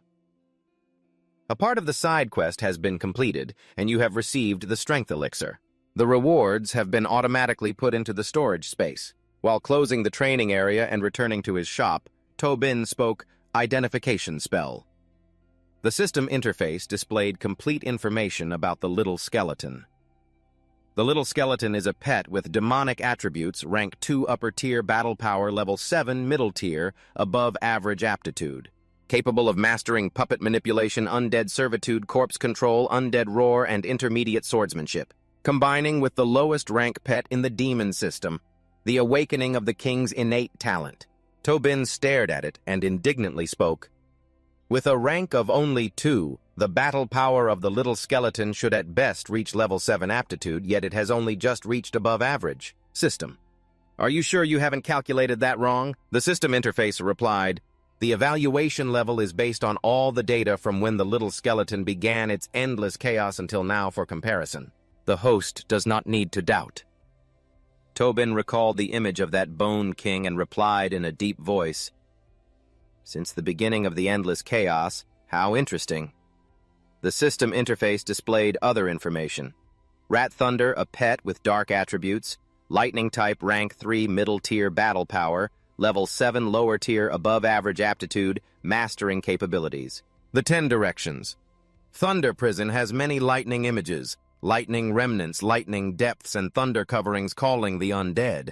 The undead claws were once a normal beast, but now they can stand on their own. Tobin smiled in satisfaction, not expecting that a lightning-type pet could also comprehend undead skills. He silently thought that if someone in the arena recognized it calling the undead, what would they think? He looked over at the pets resting and regaining their strength, his voice filled with hope, truly making people look forward to it. Suddenly, Tobin pulled an old scroll from a spatial system. What is this chaotic energy map system?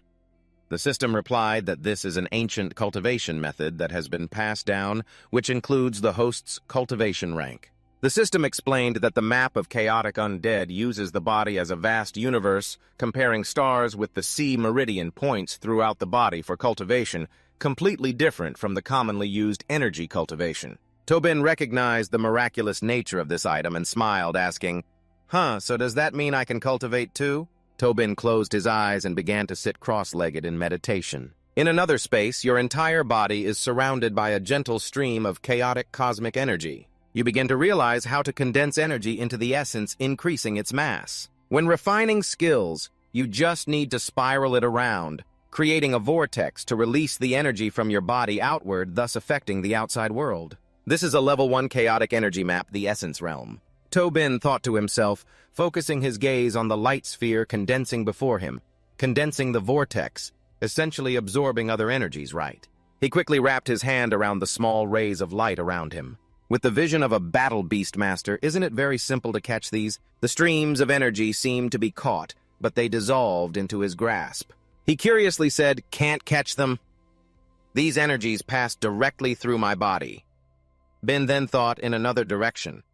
If so, what if he used his body to block the drifting direction of the energy? Thinking this, he stood to block the drifting energy sphere. He looked at the energy sphere and joyfully said, "It worked. Indeed, you can only rely on energy to absorb energy." Tobin suddenly remembered and reached into the system space to take out a vial. Right.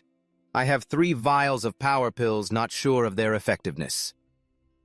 He didn't think much and quickly poured 3 unclear red pills into his palm. Whatever Tobin was thinking, he quickly raised them to his mouth and swallowed the 3 pills. His entire body felt strengthened. The energy sphere in front also emitted a brighter light than usual. The essence in his body grew larger, and the system notification congratulated him on successfully entering the Essence Realm. The character control panel has been unlocked. He looked at the system panel and exclaimed in amazement, "My combat power has increased by 3 levels. Tobin Human Attributes level, Small Essence Realm, Combat Power level 3, Intermediate Competence Rating for Mastery of Killing Intent." Tobin suddenly showed dissatisfaction. "System, the picture looks quite nice, but why is the rating a question mark?" The system responded, "The current strength of the host does not have the authority to see. Please quickly level up your combat power." He chuckled to himself. "I've only taken 3 of these energy pills and my combat power has already reached level 3. Intermediate regular cultivation would take at least 4 years. Too strong." He then eagerly asked the system, "Does the system have more power pill missions?" The system panel chimed in, "This pill only works for levels 1 and 2. You have successfully entered level 3. Please explore and cultivate on your own. Additionally, this universe, though formed by the chaotic energy map, is designed to simulate the real universe." The system panel also issued a warning. "At the same time as the host is absorbing energy, please be cautious of larger stars to prevent being sucked in." Tobin sternly asked, "What happens if I get sucked in? Is the practice interrupted?" The system answered frankly, "Destroy the original spirit." He reacted sharply. "Here we go again." The system's notification board swore and reminded for the first time, "Moreover, in the chaotic energy universe, the movement of time is similar to normal time. Please pay attention to scheduling." Tobin, tired, wiped the sweat and said, "This is an opportunity and risk coexisting." He silently thought, "Big fish eat small fish." He calmly considered, or just avoid the big stars and absorb the smaller ones. He softly said, "Oh, it's less troublesome than the training area." Suddenly a thought flashed in Tobin's mind, bringing him back to a few moments in the past. He said in a deep voice that he was just a bit bored. "I miss her. She seems to be a 3rd-level battle pet master." That time he took a full punch from Tobin and wondered if he could take another punch from her now. As night gradually fell, The tall buildings quickly flickered with lights. Then Yu gently said, "Eat a bit more, don't let yourself be hungry." Tobin wiped his mouth. His mother's cooking skills are amazing. "You've eaten enough, go back to your room," Then Yu replied to that little brat before. "Why are you being polite? Go upstairs," she gently reminded. "Your sister has been training in the practice room for a few days, don't disturb her. Tomorrow morning I'll make the corn cake that you love the most. Remember to eat it before going out." Tobin turned back and smiled at Then Yu. "Got it, Mom." He glanced at Then Yu, who was busy in the kitchen. Although she is not the biological mother of the original host, she seems to treat the original host quite well. At least he can feel the intimacy and warmth of family. Tobin stretched to warm up. He tiredly said, "To Lang Nguyen is busy preparing for the competition, seems to be at the same school as To Yen Din. I originally thought of finding her for a bit of sparring." He looked towards Lang Nguyen's room where energy was being concentrated, then thought to himself, "Forget it. I'll just go back to the practice room." Tobin sneaked a look through the door, reassuring himself. The energy is really dense. Observing my sister practicing a bit shouldn't be considered peaking right. She was lying relaxed on the bed, but the energy around her did not condense. He was astonished. The energy is really abundant. Tobin stared at her. Why can she absorb energy just by lying down, and moreover the scale is so powerful? He then speculated, the energy seems to be attracted by something drawn into her body. Unless this is a cultivation method taught by the Pet Master Academy. Tobin then reached out to lightly touch the flow of energy. The energy in the real world is weaker than the energy in the chaotic universe, and it is evenly distributed. The rule of energy in the chaotic energy universe is divided into dense and sparse areas. I'm afraid the giant star has surrounded the evenly distributed energies. Tobin quickly sat cross-legged and thought, if I could learn the cultivation method from the Pet Master Academy in the chaotic energy universe, wouldn't the speed of cultivation be through the roof? Tobin immediately imitated Lang Nguyen. She was spinning her own energy, so I tried to see as well. After thinking a whirlpool of energy was gradually gathering, he suddenly realized the pull, right? Why didn't I think of that? Tobin explained, when there is enough mass, just relying on the whirlpool to create the pull can draw the energy closer for absorption without needing to run around. The two brothers. Tobin sat on one side cultivating. He then tried a different method, seeing if there was any difference between spinning clockwise and counterclockwise. At this moment, Lang Nguyen suddenly woke up. She rubbed her eyes in discomfort and thought, why do I feel like absorbing is getting more exhausting? Did I doze off? Tobin smiled, succeeded. He tried one force and the opposite. Tin Twin thought for a moment, then he raised both hands. The two energy orbs were getting larger. Lang Nguyen jumped up, feeling like the energy was being pulled away more and more. She confusedly said, what is this feeling? She looked around strangely. The energy suddenly solidified and could not be absorbed. Lang Nguyen suddenly thought of another possibility and exclaimed, could there be a powerful person passing by recently? Streams of energy continued to flow, heading towards Tobin's room. Lang Nguyen let out a frustrated cry, her face flushed from exhaustion. Than heard the strange noise and worriedly asked, Nguyen, what's wrong? Lang Nguyen shyly covered her embarrassed face and replied, Mom, I'm fine, I'm cultivating. She then steadied her spirit, frowning in thought. This strange energy definitely has something unusual, but the direction it just shifted to was clearly towards the room of that useless brother. Lang Nguyen narrowed her eyes at the slightly ajar door. Tobin was sweating on one side, his face soaked. He let out a light sigh, looking at the stable whirlpool of energy before him, and said contentedly, I've got a good grasp of it. There was not a single person in the shop. In the shop, Tobin was immersed in cultivating the chaotic cosmic energy. The energy was continuously swirling and being absorbed by Tobin. He couldn't help but exclaim, so comfortable. The energy from the stars was continuously being absorbed by him. As long as he maintained a good distance, he wouldn't be pulled in. Thus, Tobin also realized that he could cultivate even while sleeping. Suddenly, he sensed two people entering the shop. Boss, I'm here to pick up the pet, Tobin mumbled. What's with the size? He left his cultivation, opened his eyes to greet it, turned out to be her. Hearing Tobin's mumbling, Yen Din and Nyak Nyak hurriedly hugged their chests in embarrassment. What size? Boss, hey! He quickly cleared his throat to explain. What I meant was energy. Your energy is too weak. You need to work hard on cultivation, otherwise how can you control stronger spirit pets? Yendin asked in surprise, is the pet even stronger now? She thought to herself, could it be that in just 3 short days the electric mouse leveled up? Tobin was secretly worried when bringing the level 7 battle pet back to the academy since the average was only level 3 to 4. Would there really be no problem? Outwardly, he still said, wait a moment, I'm bringing out my pet. A moment later, Tobin brought out the electric mouse and handed it over. Take it, you already cleared the payment last time. Yendin took back the electric mouse softly, thanking, thank you. She wondered if the fur color of the electric mouse had changed. Moreover, looking at the other pets, she noticed that their moods seemed to be quite low. After being apart for just a few days, they saw their owner and had no excitement at all. Could it be that they are reluctant to leave this place? Tobin sat on the side, pretending to be impatient, and waved his hand. Go on. Yending then considered, sending them to be cared for a few days has made the pets develop feelings, even if emotions were transmitted through the contract. The energy between the owner and the pet at the beginning had no feelings, only maintained basic obedience. Once the contract is dissolved, there will be no connection left. Nyak checked the condition of the pets and couldn't help but sigh. Their injuries seemed to have fully healed, and moreover their fur had become brighter. Yending also sighed internally. This is truly a store with heart. She sincerely thanked the owner, and thanked him for taking such good care of them. Or could you introduce me to some food? I thought to myself, wanting to use this to repay a favor. Never mind, this time I won't kill her. You introduce it, then let's buy this one piece for 1,200 for Lok Feng to eat. Yending responded in surprise, getting 1,200 for one piece. After a while, Yendin went to an open area to suggest a battle strategy. With a bit of time left, I want to warm up first. On the other hand, she thought to herself, the changes in the lightning rat made her very curious. How much stronger has it become? She said seriously, Lok, summon your strongest pet. No need to hold back.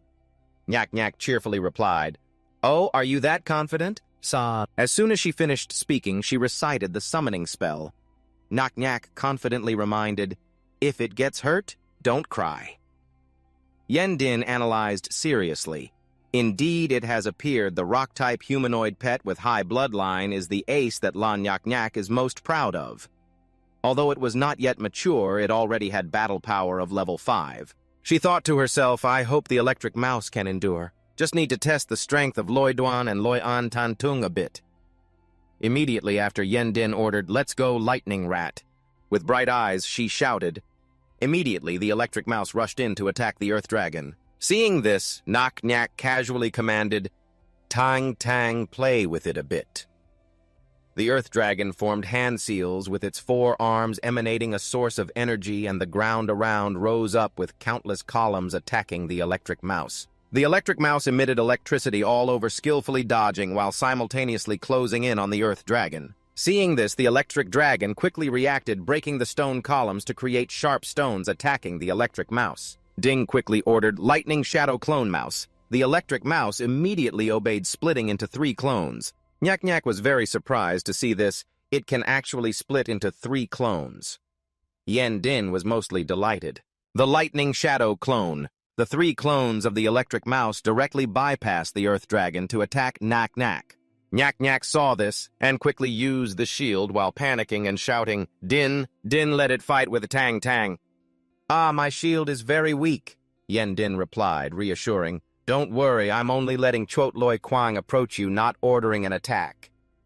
She silently calculated. Dien Tang Do Da is a high bloodline pet with extraordinary observation skills. This is a particularly good opportunity to test Loi An Tan Tung.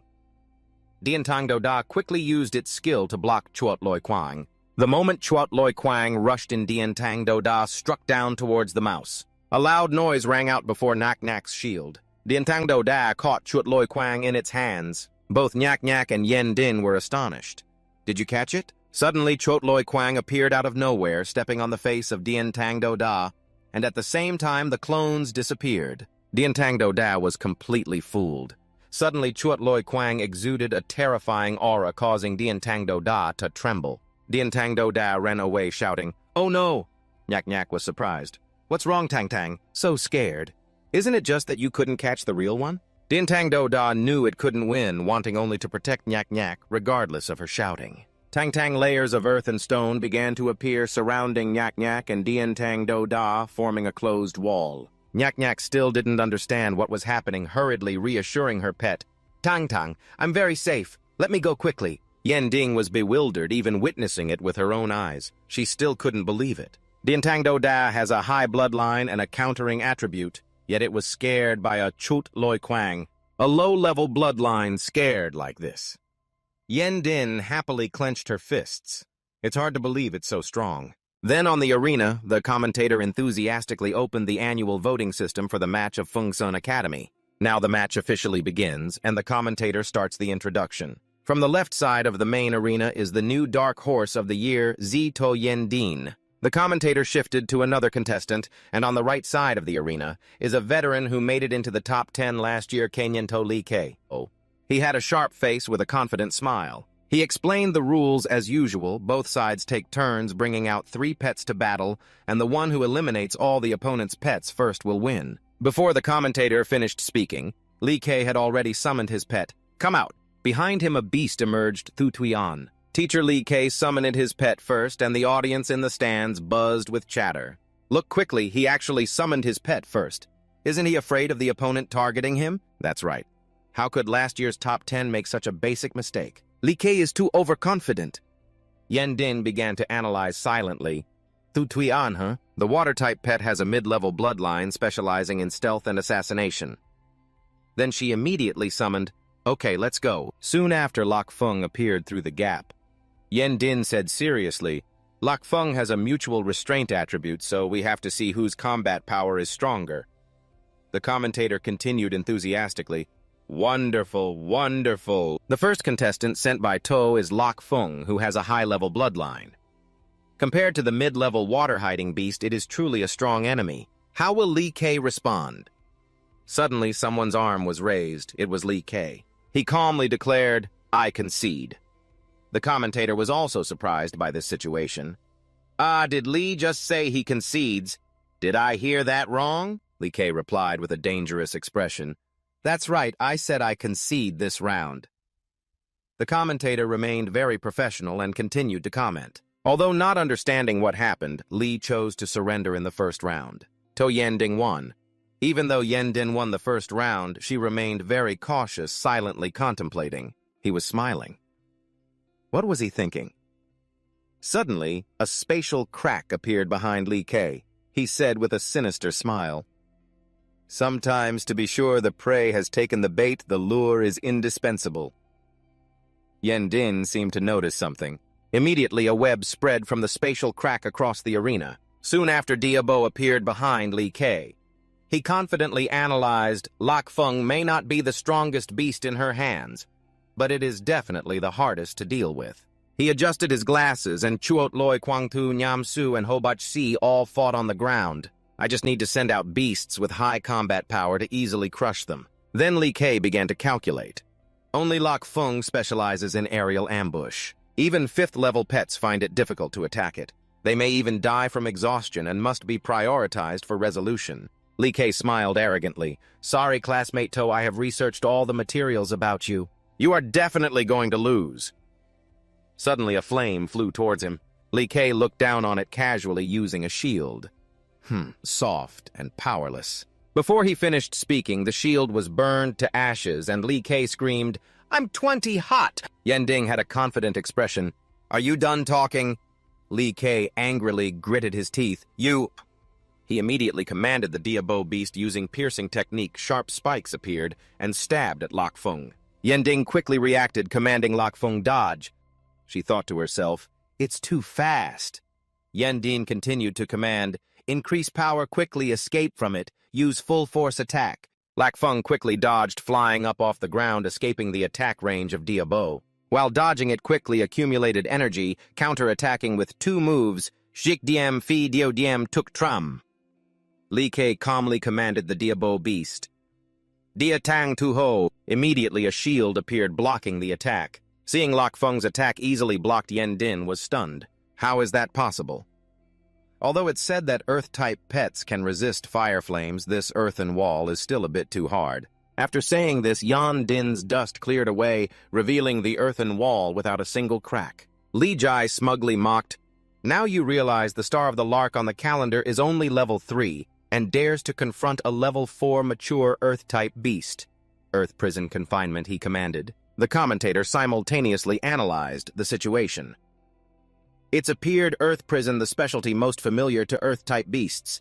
It's said to be able to crush any creature of a lower level than an Earth-type beast. Its cruelty even makes high-level pets wary by 3 parts. Seeing the attack, Yan Din quickly ordered a response. "The net is retracting." Lark thought of a way to rip a hole and quickly used a 3rd-level force enhancement skill. Despite desperately attacking, Lark still couldn't escape the net, and the net was tightening more and more.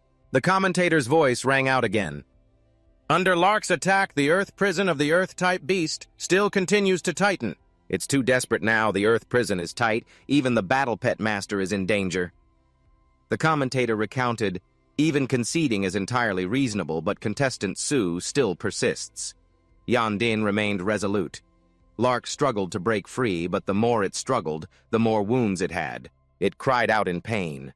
Seeing Lark injured, Yan Din anxiously shouted, "Lark, don't struggle anymore. That will only make the injury worse." Li Jai smugly commented, "Everything is going according to my plan. Just concede the pain will immediately disappear." Seeing this, Yan Din, though unwilling, couldn't bear to let Lark be hurt. She decided to concede. I concede." Before Yan Din could officially concede, Lark let out a shriek.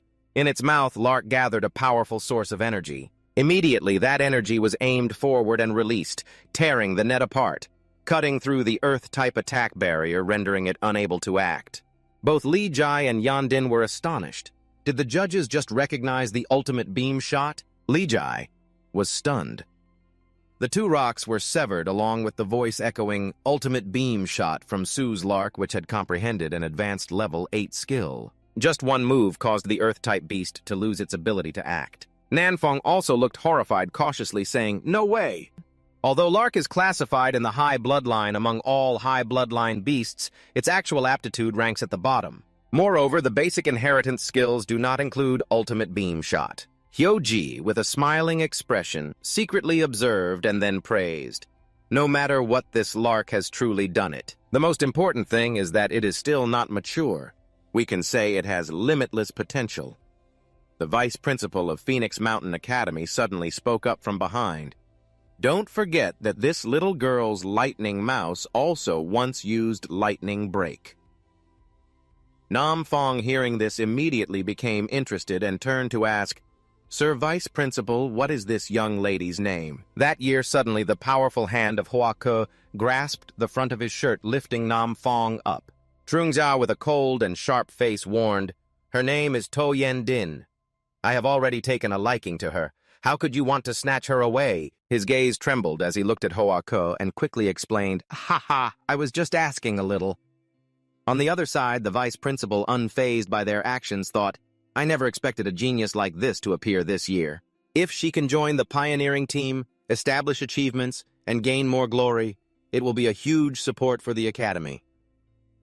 In the stands, with thousands of people watching, someone suddenly recognized, "This is her, the girl who cultivated the garden mouse." Next to her, someone chimed in, "Damn it, my pet hasn't even mastered any advanced skills yet." Right at that moment on the battlefield, Lak Feng was surrounded by fire, letting out a loud roar which left Yan Din astonished. It has leveled up, not only comprehending the Extreme Ray level 8, but also, as a result, the battle power has increased to level 4 lower rank. Still not finished with the surprise, she immediately froze as if she couldn't believe this such a high talent. Could it really be her own Lak Feng? It shouldn't be the memory that brought Yan Din back to the day she met To Bin with the words he said, "Our store's nurturing service can not only treat wounds, but also conveniently enhance comprehension ability and improve physical condition." She thought people still have doubts to be so convenient, like this is too exaggerated. At the same time, the battle MC announced, "Round 2 Yan Din wins. Please both sides prepare for the 3rd match." Li Kei, hearing this, stomped angrily and said, "What kind of devil luck do I have here? Clearly I was so close to winning." 3rd time's the charm, he gritted his teeth, starting to explode with anger and growl. Indeed, this Lak Feng is the hardest to deal with. Well, let her expand her knowledge a bit. Li Kei Tang, overly enraged, shouted, "What is real terror? Immediately, he summoned the Wind Demon Beast, and its appearance startled Yendin. This is the mature Wind Demon Beast with 4 wings, combat power level 5, upper rank. Above, Hoako also looked very shocked. Isn't it forbidden for students to bring ferocious beasts? What if something happens? This implies that ferocious beasts are pets. Their temper is too aggressive, lacking humanity. Namfong heard this and sneered at her. Hoako, your thinking is too conservative. Come on, how many people die in the Wasteland every year? Those ferocious beasts won't scream.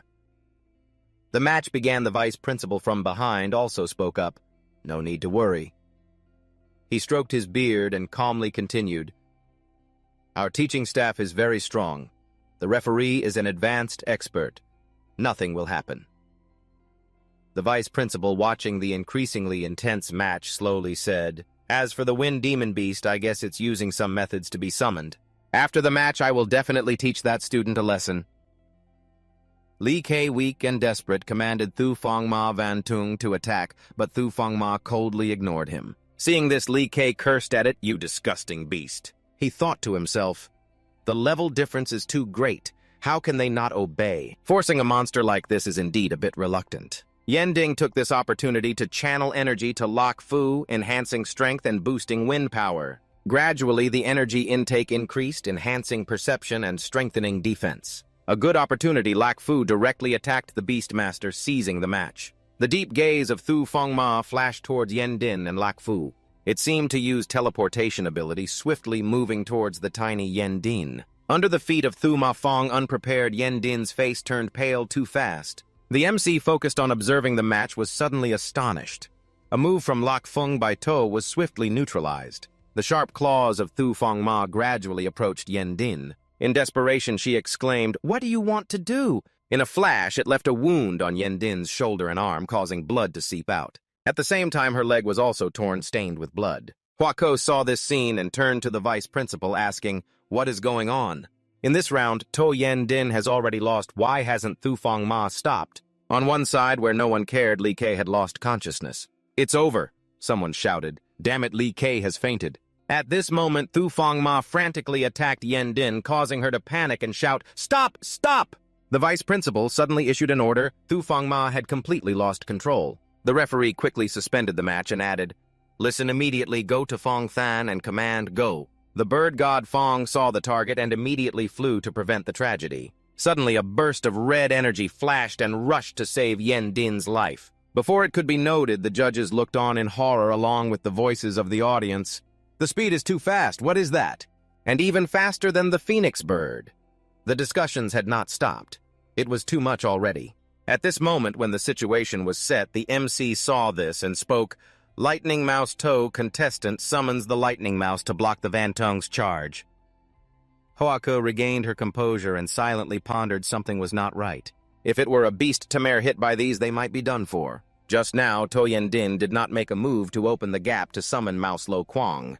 From the very beginning, it had always been on the field.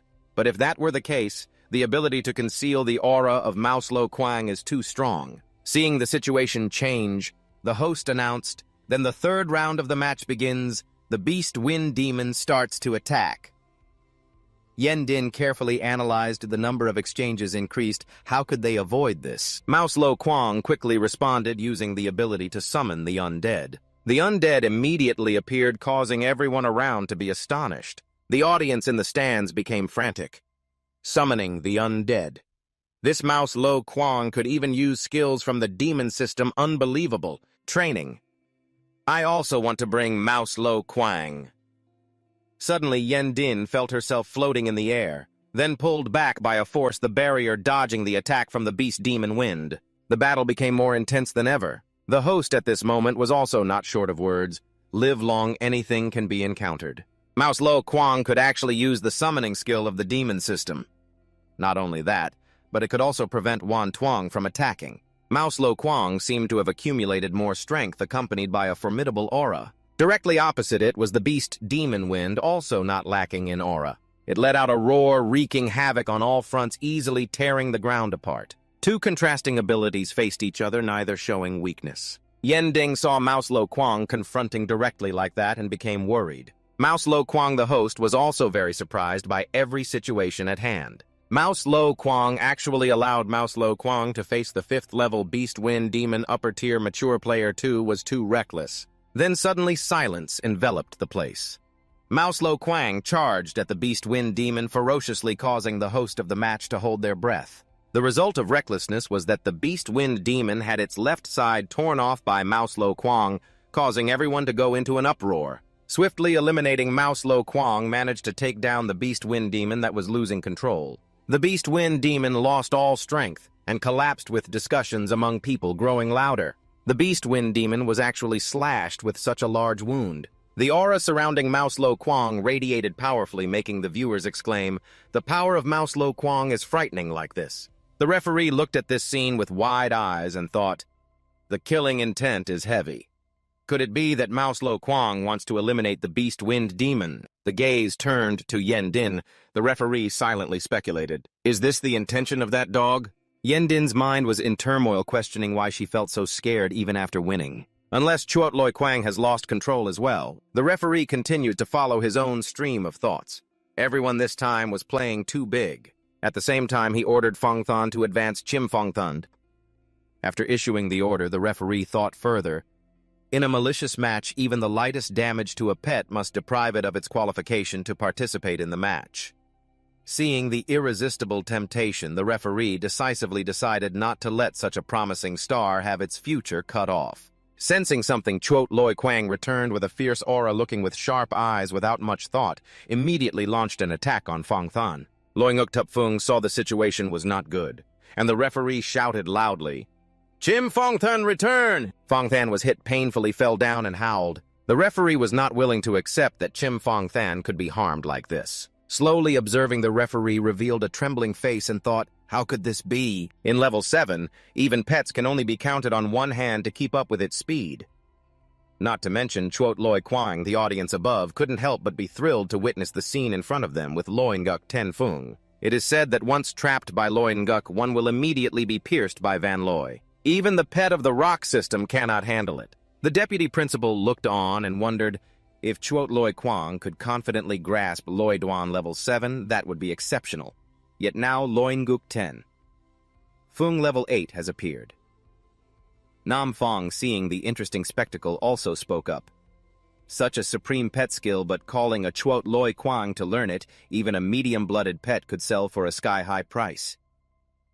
Hoa Ko next to him looked very interested and thought to herself, "This Chuot Loi Kwang dares to face Chim Fong Than level 7. That's quite courageous." Then she suddenly said, "I really like this newcomer more and more." Fong then at this moment was gradually recovering, accompanied by an extremely bad mood. The referee saw this and became worried. Chim Fong Then the fury has reached its peak. It gathers wind and creates a massive whirlwind. Fong Thun exuded boundless power, rushing forward. Chit Chuot Loi Kwang was not to be outdone fiercely, confronting without fear, creating a whirlwind that seemed to sweep the entire arena. The referee hastily controlled Chim Fong Than, calmly observing that things were not improving. The referee thought hard, "Oh no, if Chim Fong Than fights against the out-of-control Chuot Loi Kwang, Fong Thun will lose control severely. With power accumulating more and more, the whole arena could be turned upside down."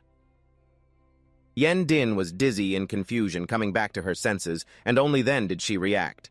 She suddenly misinterpreted joyfully, "Chuot Loi Kwang, you have learned another advanced pet skill." It smiled brightly, looking back at Yen Din. "Chit, you came to cheer for Chuot Loi Kwang to celebrate. Chit, chit, my great treasure, oh my god. Is Kwang not losing control?" The host announces the results of the match on all forums.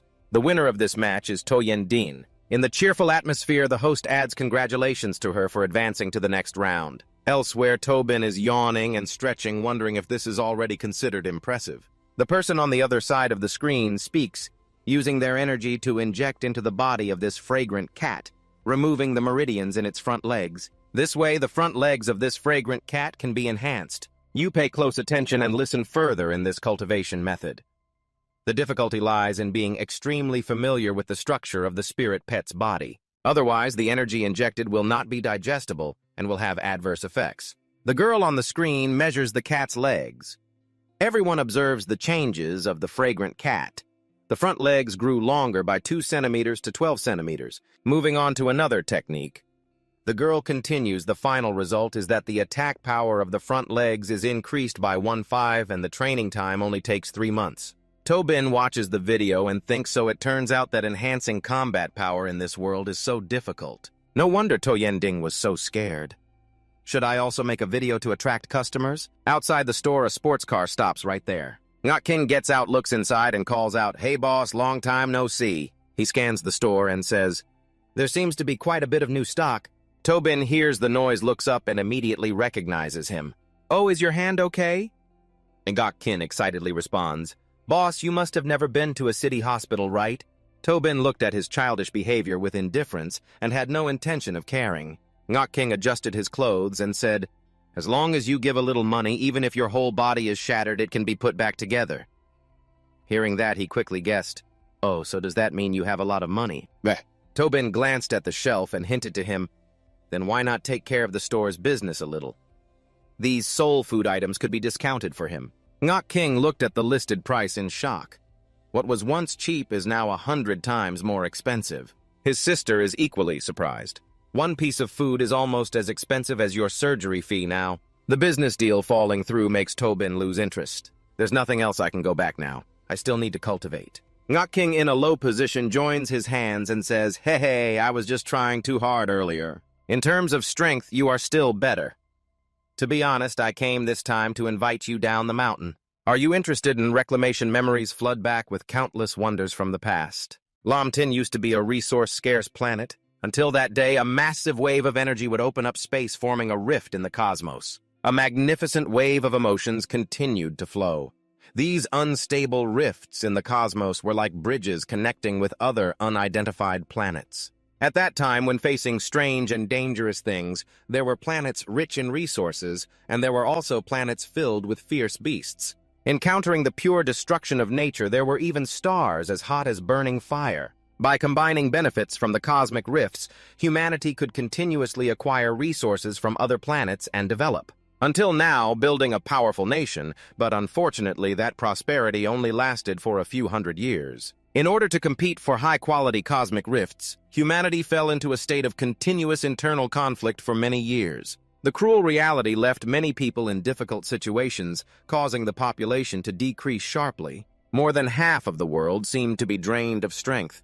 Nearly 70% of the Lomtin area became barren, no longer suitable for living. Taking advantage of this moment, the remaining people finally reached a consensus, forming a federation to migrate together to settle in places where cosmic rifts rarely appeared. To survive, the Federation fully trained beast tamers. A door to a new era opened at that time, also selecting top talents to pioneer exploring and seeking treasures in the cosmic rifts. Hearing this, Suobin fell into deep thought and silently wondered, "Exploring, huh?" Ngok sneakily looked at his expression and added, "Actually, last night a new cosmic rift appeared outside the Longjiang city base.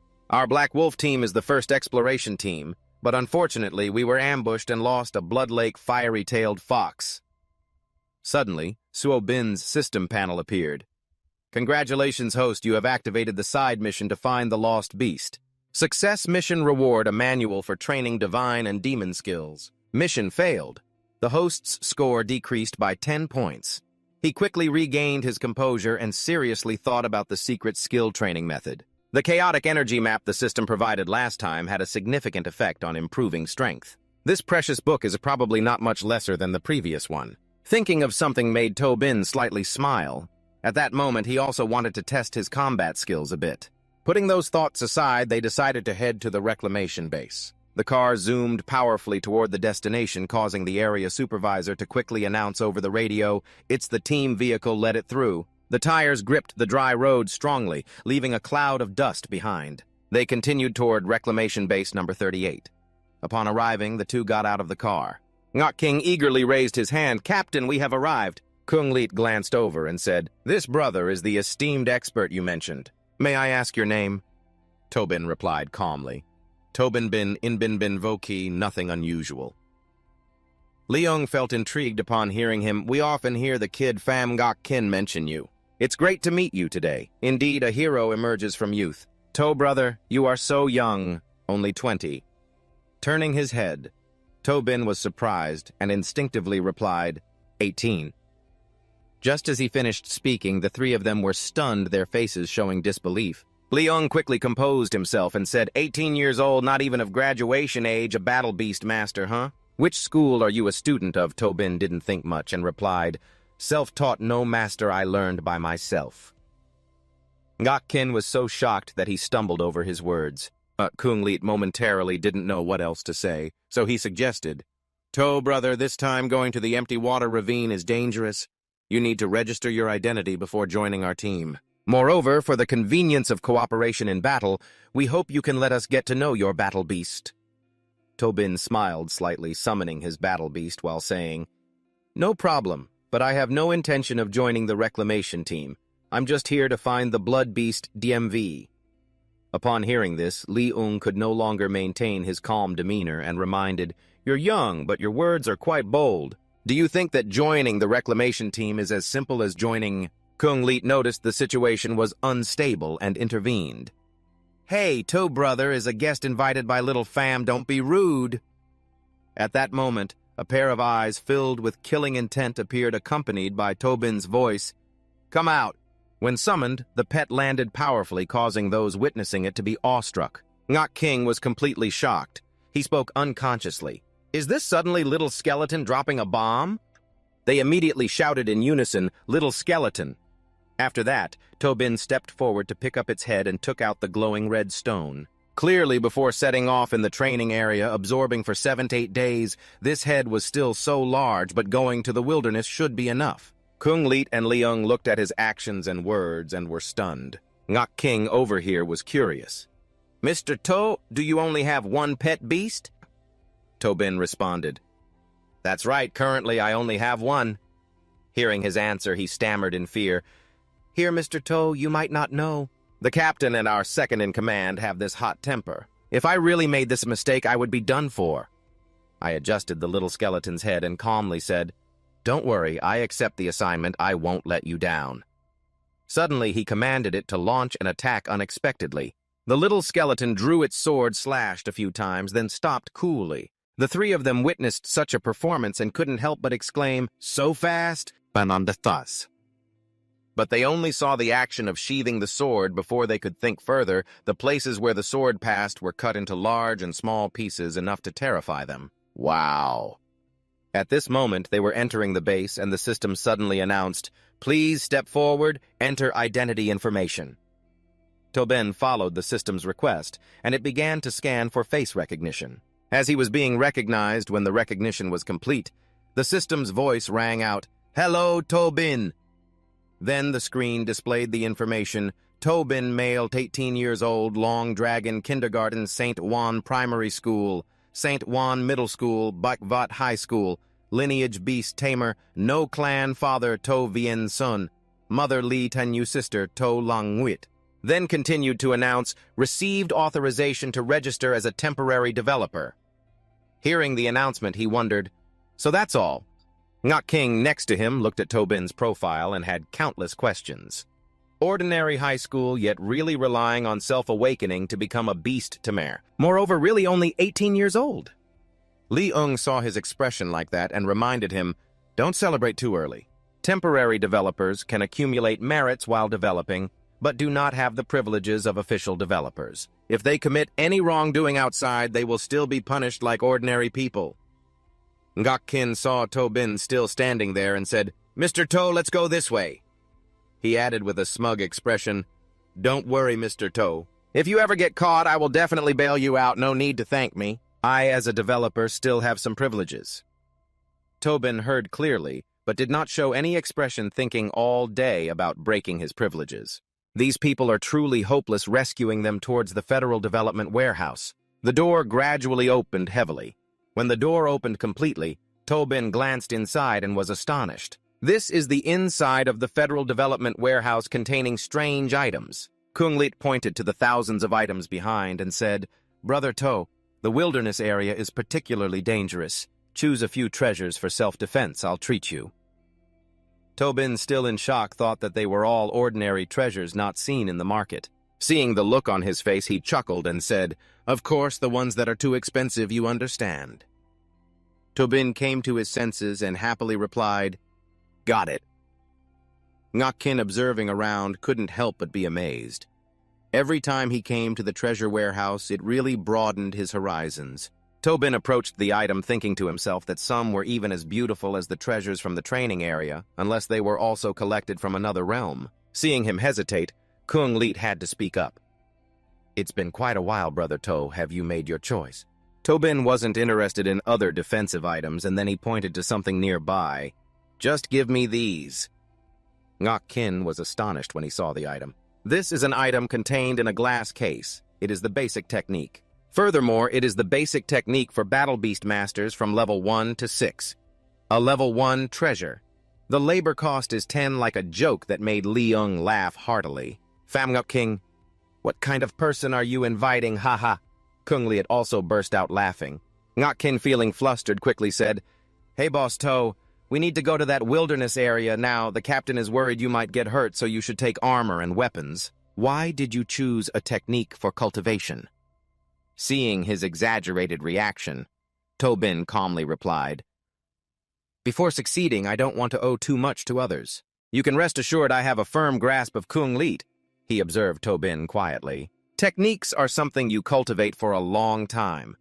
This person either has no brains or knows very well about his own strength. Oh, I hope it's the latter." Receiving another item in hand made him confused. This is Ngakkin quickly explaining to him, "This is a gift from the captain. It can block most attacks from level 5 Beastmasters. If our Black Wolf team fails again, it will be very embarrassing." Hearing that, Tobin's eyes became deeper and he replied he understands. A long time passed and the sky had turned dark. Moving to the void water crevice, the ground here was dry and rocky, scattered into pieces, making it very difficult to traverse. Tobin was walking when he paused slightly, asking, "Regarding this void water crevice, how much do you understand?" Ngakking looked ahead and replied, "The danger level is temporarily rated as Class B. Typically, there are demonic beasts hiding, and no rare mineral deposits have been discovered yet." Hearing the answer, he immediately thought, "Demonic system. I guess I've come to the right place." Then he continued speaking, saying, "At that time, there were 2 seriously injured people who will fill the vacancy of the other person. They finally moved up above." He then cautiously reminded the remaining assistant, "The 2 coming are said to be ruthless. You must not anger him."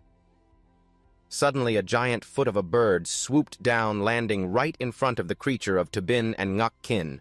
He panicked and lost his balance, causing Tobin to feel like he was falling. Then he exclaimed in shock, "Who is it over there that they don't look at?" Then he teased, "You guys are so slow. I've been waiting so long I almost fell asleep." Suddenly, the scenery here fell silent, as if blending into the darkness. Tobin managed to support Ngakking and said, "I've got you." He looked at him and still spoke confidently.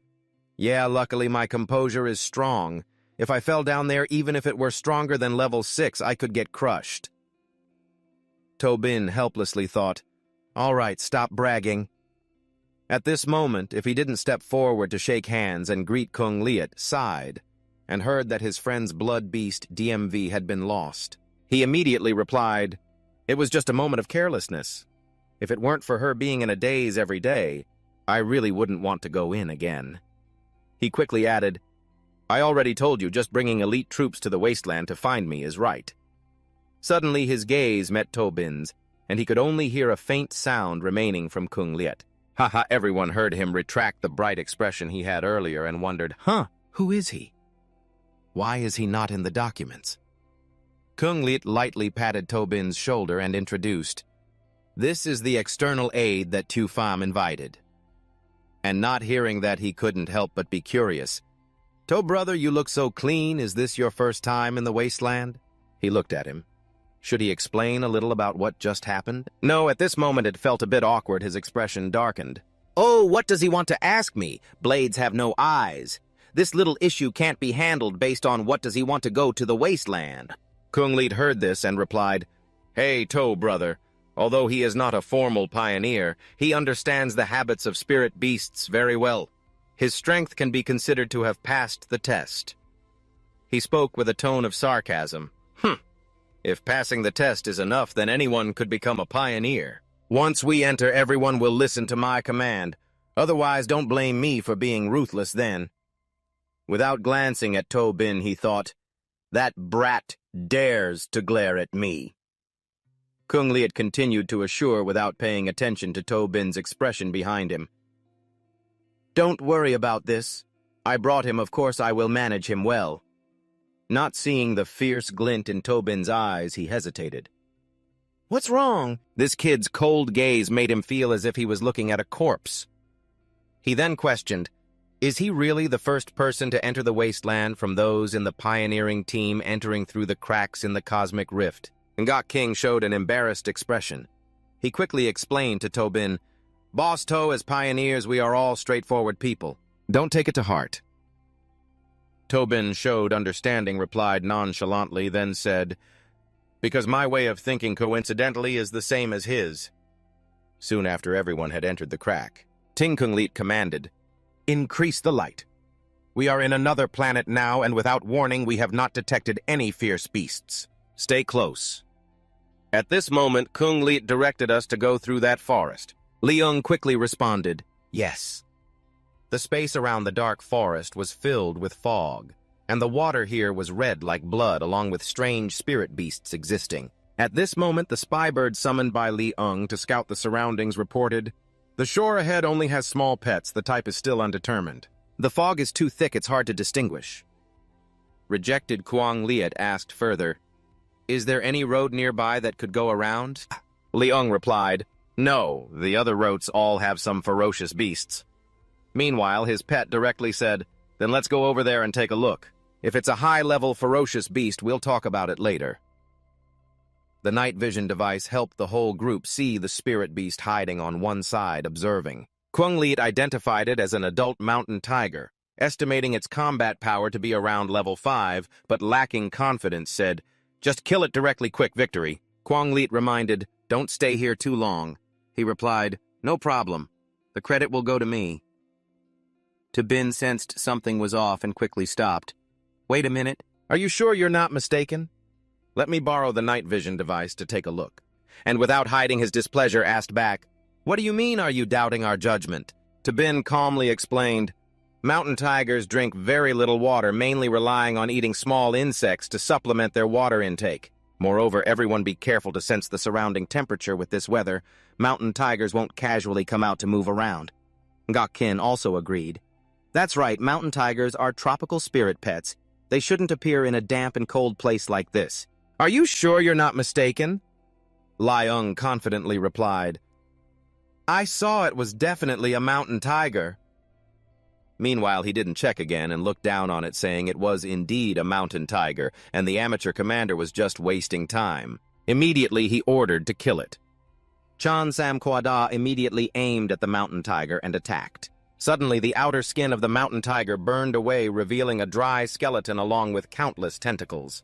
At this moment, Kuang Liet quickly realized that the mountain tiger was already dead. It couldn't have been disguised as a mountain tiger. Just as he finished his sentence, Chan Sam Kwada bit tightly onto the dead mountain tiger. Seeing this, Bin quickly reminded Lam Mak, if you don't tell it to let go, quickly retreat immediately or it will die. Meanwhile, he angrily shouted, who do you think you are? When will it be your turn to give me orders? Suddenly, Chan Sam Kwada's eyes were invaded by a black liquid.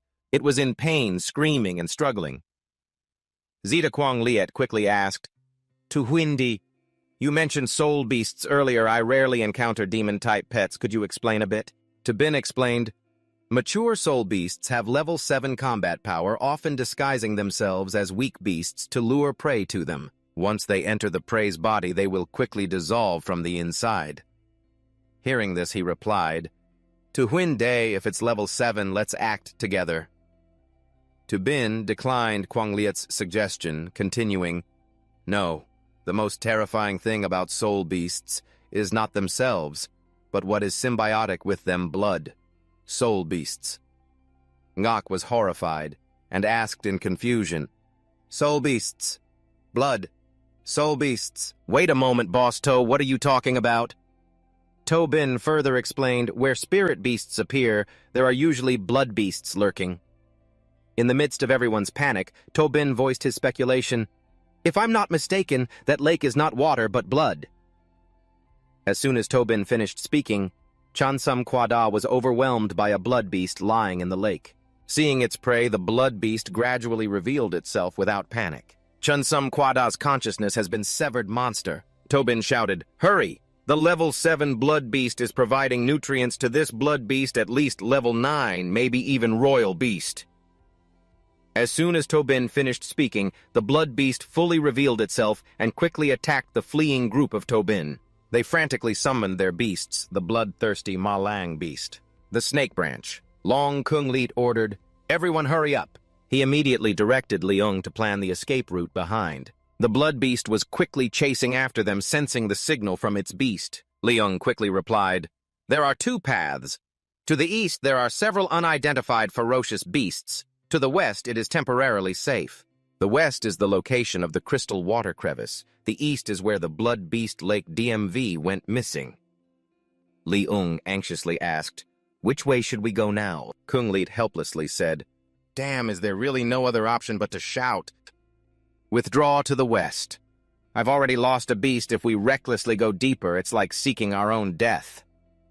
Kunglit turned to Tobin and asked, "Brother To, what do you think?" Tobin smiled confidently.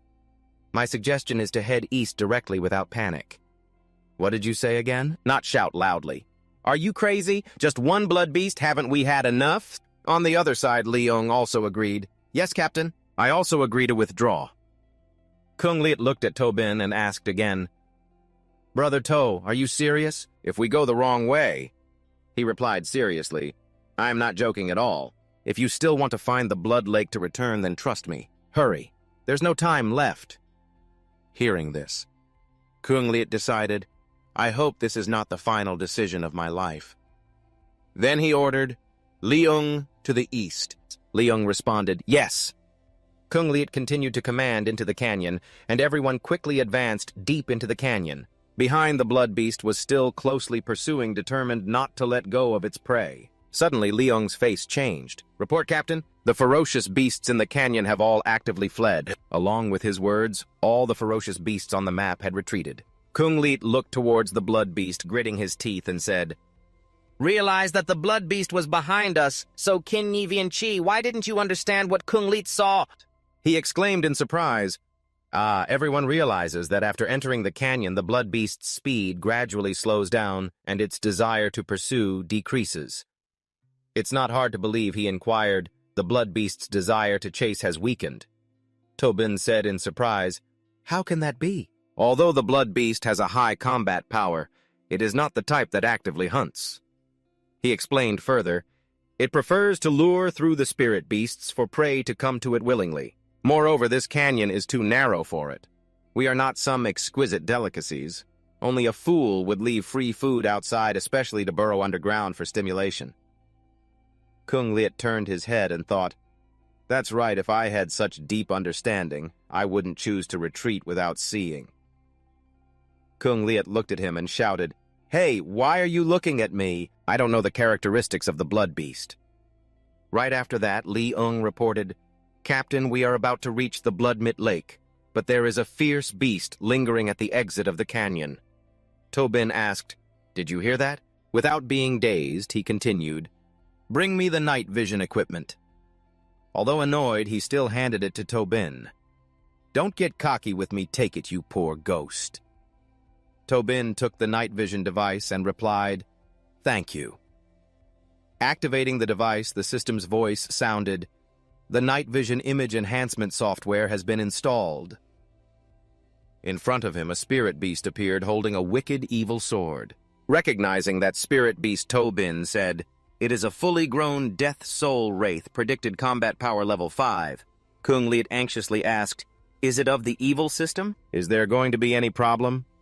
Tobin replied, "Don't worry, I've already made my move." Saying that, he summoned Little Skeleton and commanded, "Act as usual." Receiving the order, Little Skeleton quickly drew its bone sword and approached that level 5 spirit beast. As soon as it got close enough, Little Skeleton suddenly burst forth with speed. immediately employing intermediate swordsmanship. The sword strike swept through the level 5 spirit beast was annihilated into 2 streams of dark energy slowly dissipating. Everyone around was astonished. Kung Liet praised, understanding the kill was indeed decisive. Even Ngok Kin couldn't help but exclaim it was that simple to resolve. If I had known it would be like this, I would have listened to my boss.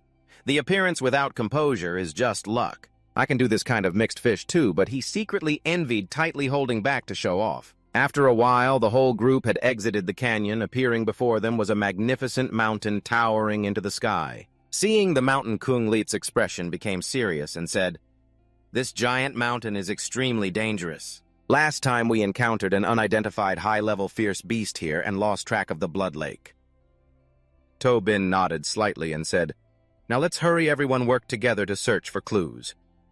Immediately, all the scouting spirit beasts were summoned and everyone split up to search widely. A while later, one spirit beast discovered something and shouted loudly to attract attention. Upon hearing this, everyone moved closer to investigate the situation. Ngok King spoke up and asked, "Many-eared monkey, what did you discover?" And seeing something without surprise, this was the monkey using its tail to present an object that astonished everyone. "Why is the arm like this?"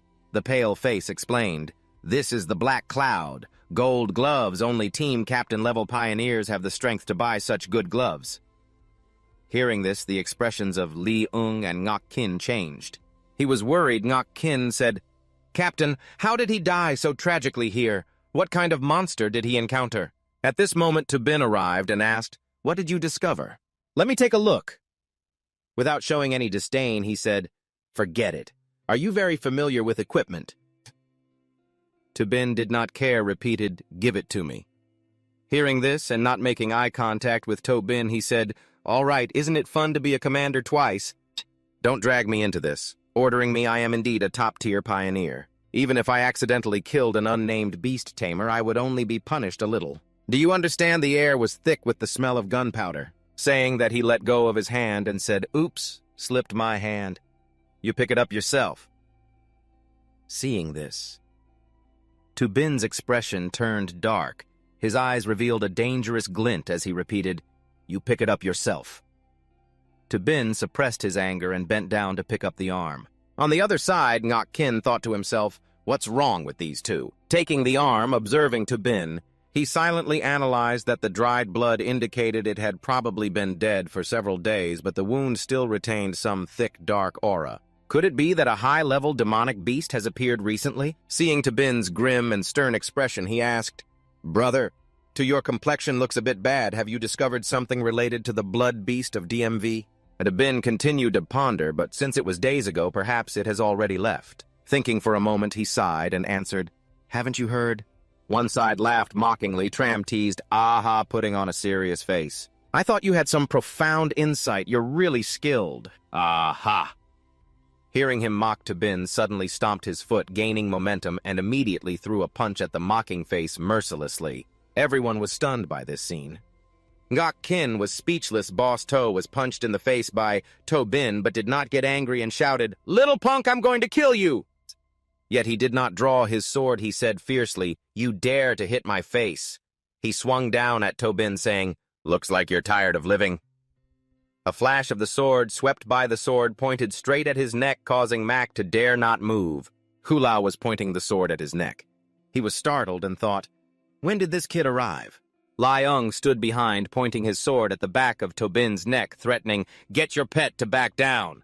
He calmly replied, "Why don't you tell him to put down his weapon first?" He retorted, "He brought this upon himself." Sparks flew from Kulao's eyes. He said angrily, "You've bothered me many times. It's given off a strong killing intent." To Bin threatened, "Don't blame me for acting ruthlessly." Leung was terrified, thinking constantly about the strong killing intent.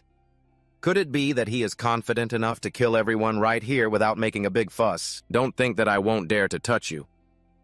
Kungdik turned to say, "Brother Lum, this is a mistake from Brother To. I apologize on his behalf." Leung also said, "After this is over, I will compensate for the losses. Songkwa showed you as a favor to me. For now, let's complete the mission." Ngok panicked and exclaimed, "That's right, Boss To is in the Wasteland. Fratricide is a great taboo. In the end, none of us can go back." I calmly said, "Is that so? I feel that those who do not follow orders will only cause more trouble." You continued, "Having one more is worse than losing one." Hearing that, I felt displeased, frowned, and my hand holding the sword trembled. He put the sword down and said, "Humph, Tobin, I remember you well. For now, I'll listen to your command. Once we return to the base, I'll let you know my face." Tobin turned and said, "The next action will be under my command. What does the deputy team leader think?" Leung heard this, thinking seriously about taking action. This kid definitely can't retreat completely. Could it be that he has seen through it? In this situation, we can only choose to preserve the overall situation. What do you mean I only follow the orders of the team leader? Please don't ask me. Kung Liet patted your shoulder and said, "Brother To's enthusiasm is a good thing. But if you cause trouble like this again, next time I absolutely will not forgive easily, understand?" He whispered in your ear, "I can see your abilities. Let go, I have no objections, but that kid Lum Mac, I believe he won't let it go like that. Be careful, he might play dirty on the way." Not Sam turned to look, but couldn't do anything. You smiled lightly following his words. Understanding there was a bright red light shooting up to the sky, everyone looked up. Kung Liet saw this and said, "That's it." He shouted loudly, "There's a situation, quickly go check it out." Tronson helped Cook Tweet stand up with difficulty. "Hurry, you say it again. Don't worry about me anymore." "You hurry and run." Kui Hai appeared towering before everyone. It roared loudly, shaking the heavens. Tronson covered his ears, thinking it's over. It's a mental shock. Its body shot spikes towards them. Those spikes pierced through other monsters. The spike shot straight in front of Tronson, but it couldn't do anything, his body completely immobilized. The dart was suddenly cut in half. He looked up in surprise. "Are you three sitting on the two-headed monster of Kung Liet?" Thew said, "We are the Black Wolf team. Just now we heard your distress signal." He reminded everyone, "You must be careful ambushing us." Tronson shouted loudly, "Beast monster high!" Kung Liet suddenly turned and said, "It's him." He recognized the scoundrel who ambushed us last time. The three of them tried to support Tronson and Cook Tweet onto the monster. "You urged hurry up without reminding everyone." "Everyone hold on tight." You reminded. "Be careful." Dunglak Tobin and Cook Tweet fell off the monster. She screamed, "Ah!" He turned around in shock as if sensing danger. The imp was about to stomp down on the two without shouting loudly, "Run fast!" The imp stomped down, but the two were pulled up just in time onto the monster. Leung said, "Boss Two, hold on tight." He was annoyed that he couldn't deal with Tubin. Tightening, Tubin turned to say, "Deputy Captain looking for a flat path will only slow us down. This kid almost got killed just now, yet there was no chaos at all." He thought, "The terrain obstacles don't affect the sea monster." He replied, "All right." Kung Liet turned to say, "We encountered many severed limbs and corpses of spirit beasts on the way. Is your team down to just 2 people now?" Brother Sam frowned. "The last Earth Shield beast in my hands was just handed over." Kok Tuyet said to him, "My holy flame bird can still fight." Kung Liet turned to look. Among the level 8 spirit beasts, the holy flame bird is also considered fierce, yet is injured like this. "Everyone run away from the imp. The combat power of this imp beast is likely about to reach a new level." Tubin thought, "The critical spot of the imp beast is surrounded by bone frames. Very tough, relying solely on the attacks of the small skull cannot break the defense. We still need their help to get through this level and then find Lam Mac. We won't settle the score after Tran-Sun." He had an idea and said, "I have a suggestion. If you all continue like this, none of us will escape. Everyone leave your spirit beasts behind, help us buy time to retreat without shouting loudly." The old man just handed over one beast. He told me to go give it to Tran-Sun. Pounding his chest, he said, "Once we leave this place for the losses of spirit beasts, Diep Tran-Sun will fully compensate you. In addition, there will definitely be a thank you gift." Hua Kung-lik turned to him in surprise. "Diep Tran-Sun, you're the one who pioneered Kim Hwan famous in that ranking without any discomfort." He said, "Humph. I don't care who you are. The spirit beast of the old man took so much effort to cultivate you. Say it's for sale. It's for sale." He said, "I offer 3 times the price." He turned and shouted, "Leung, tell your people to also summon their spirit beasts to stay behind, or else we will all die here." Leung turned to say, "Did everyone hear that? To survive, Everyone contributes some strength.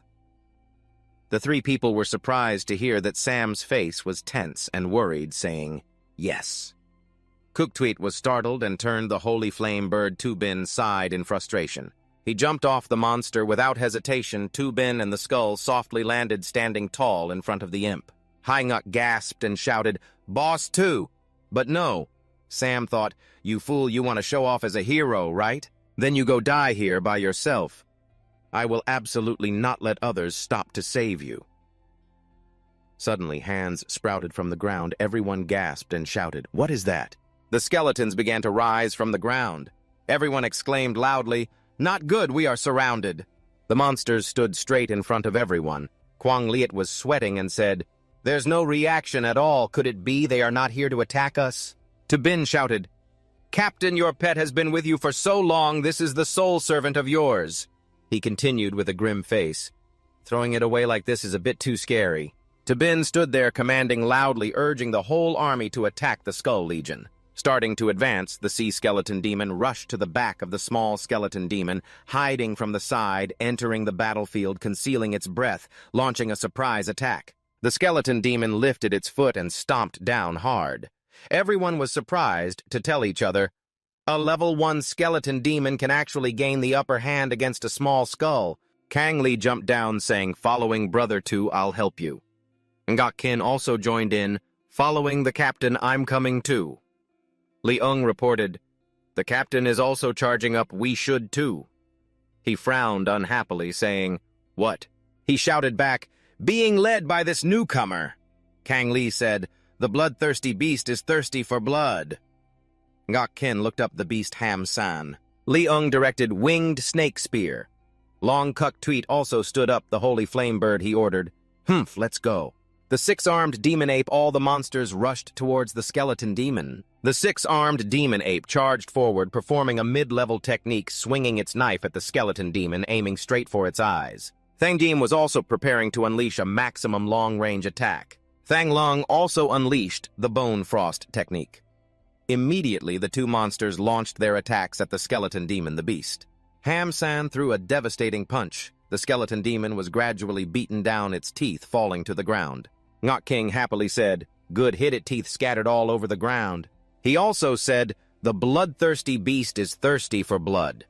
The three-headed demon dog also charged in, taking advantage of the victory to rush up.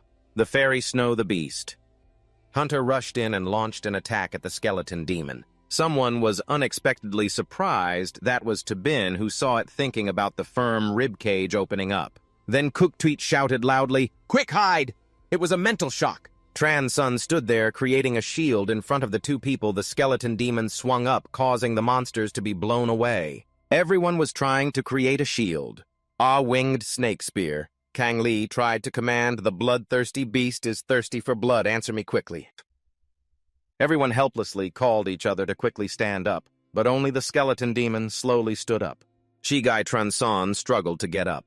The recent attack had completely not resolved anything. Indeed, just with a few level 6-7 monsters, wanting to confront a level 8 is still a fanciful idea. The skeleton demon prepared to unleash its spikes. It swung its spikes towards the other monsters. Kang Li worriedly shouted, "Not good! The distance is too far. We can't summon the space without being rashly commanded. So listen to me, just run away!" Tubin's voice echoed, "Little skull, mid-level swordsmanship." The skeleton stands up. Everyone was surprised. Isn't the little skull unconscious? Kang Li turned around and unexpectedly said, "That is an 8th-level mental shock. How is that possible?" You calmly replied, "Firmly resisting, of course, cannot endure, but what if the little skull simultaneously uses the divine roar?" He thought, "I remember that during the moment of release, the Hong would actually create a small-scale explosion. But can it withstand the explosive impact of the spiritual shock?" Kung Liet frowned in contemplation. This type of attack method had never been heard of before. An ordinary person basically would not risk danger to experiment. Moreover, the moment of release cannot be grasped without over 100 rehearsals. He couldn't help but watch his back and shouted, "What has this person experienced after all?" The demon clown used magic, beginning to evolve. Everyone looked at this scene in fear, saying, "Could it be level 9? It's preparing to unleash the death destruction without running away." "Lao Tzu won't go crazy with you anymore. The death destruction is coming. A radius of 1,000 meters will be vaporized. Tobin solemnly ordered Little Skull its now. The dry skull began to prepare to unleash its attack. It jumped up and slashed through the demon clown. Everyone was surprised and solemn. After that slash from the dry skull, the demon clown unexpectedly exploded. After the slash, the bones of the demon clown fell to the ground. The screen displayed, Little Skull successfully killed battle power leveled up to level 8 skill, upgraded from intermediate swordsmanship to advanced swordsmanship. Everyone was shocked by the scene before their eyes. The level 8 sea demon was thus killed. Then Kunglit also unexpectedly said, moreover, that Little Skull is nothing outstanding. She also said this attack method, I really think I had never thought of it. He was taken aback and suddenly said, how is that possible? Ngakkin trembled. Haha, thought it was definitely dead. Boss Toe, how do you know from the inside you can take it down? You replied, it's not a coincidence I've encountered something similar before. You thought about why only demon system pets could learn the broken branch combination. Why can the Little Skull sometimes be shattered but still combine, while at other times it cannot? Tobin continued to think the answer is only one, that is, the physical body is just the surface. The spirit core is the true root of the demon system pets. You remember the skull. As long as the core is not damaged, demon system pets can always activate the combination skill. On the contrary, as long as you take advantage of this point, well, any demon system pet can be a paper tiger. Tobin smirked. This battle further proved his speculation. The skull had a surge of power around the bony hand of the demon clown, unexpectedly reassembling. Everyone was frightened and confused. At this moment, Li Ung spoke up. Is this demon still not fully dead? Transun suddenly said, no, its movements are a bit strange, as if being controlled by someone. He suddenly realized, could it be that it's a puppet technique? Nagak King wondered, boss, am I controlled by you? You replied, you could say that. He suddenly shouted, what do you mean by you could say that? Not only has he comprehended advanced spirit servitude, but he also killed and turned a level 8 enemy into a puppet. Is this Little Skull a warrior or a mage? How did it cultivate to this point? A surge of red power erupted from the two-headed monster. Kunglit turned to give orders. We can't delay, let's continue looking for the Blood Lake. Liung replied, yes. Tobin stepped forward, telling them, wait, I have one thing to deal with. I hope you pretend you didn't see it. Kunglit was a bit worried, stepped forward. To brother, please show us some respect and don't shout in anger. What do you want to do? Tobin replied with a light smile. Nothing, just want to remind you to be a bit more careful. The skull rushed over and cut off his hand.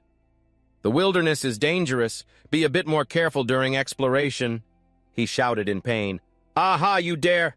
Tobin darkened his face threateningly. Out of respect for the team leader, get lost. Let me, you won't get a pass. Don't let me see you again.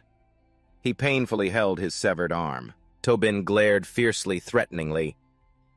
If you don't willingly disappear, I would be more than happy to help you. He turned pale with fear, trembling, holding his arm. He ran away quickly. Kunglit helplessly sighed. Ngak King shouted, Boss Toe, what are you doing? This is too much. Kuktweet thought, this person has ill intentions. Leaving him will sooner or later harm us. Definitely chasing him away is the right decision. Lai Ung spoke up. We are looking for a Blood Lake beast, DMV. Do you two have any clues? Transun replied, the Blood Lake doesn't ring a bell. She thought for a moment and said, I think I've seen its footprints before. He looked at the two and said excitedly, huh? Where? Under the purple moonlit sky illuminating this mystical land, Tabin and Ko Lao were sitting on the skeleton of the devil clown. Suddenly it saw something, it jumped off the devil clown and ran away. Tabin wondered, what is attracting Little Skull in the cave? He turned the gun to Kuktweet and said, your signal gun, can I borrow it for a bit? Here you go. I took the gun from her and shot it into the sky. The light from the gun illuminated everything, and everyone saw a ghost beast lying there. That is, Kwanglit, visibly cheerful, found it.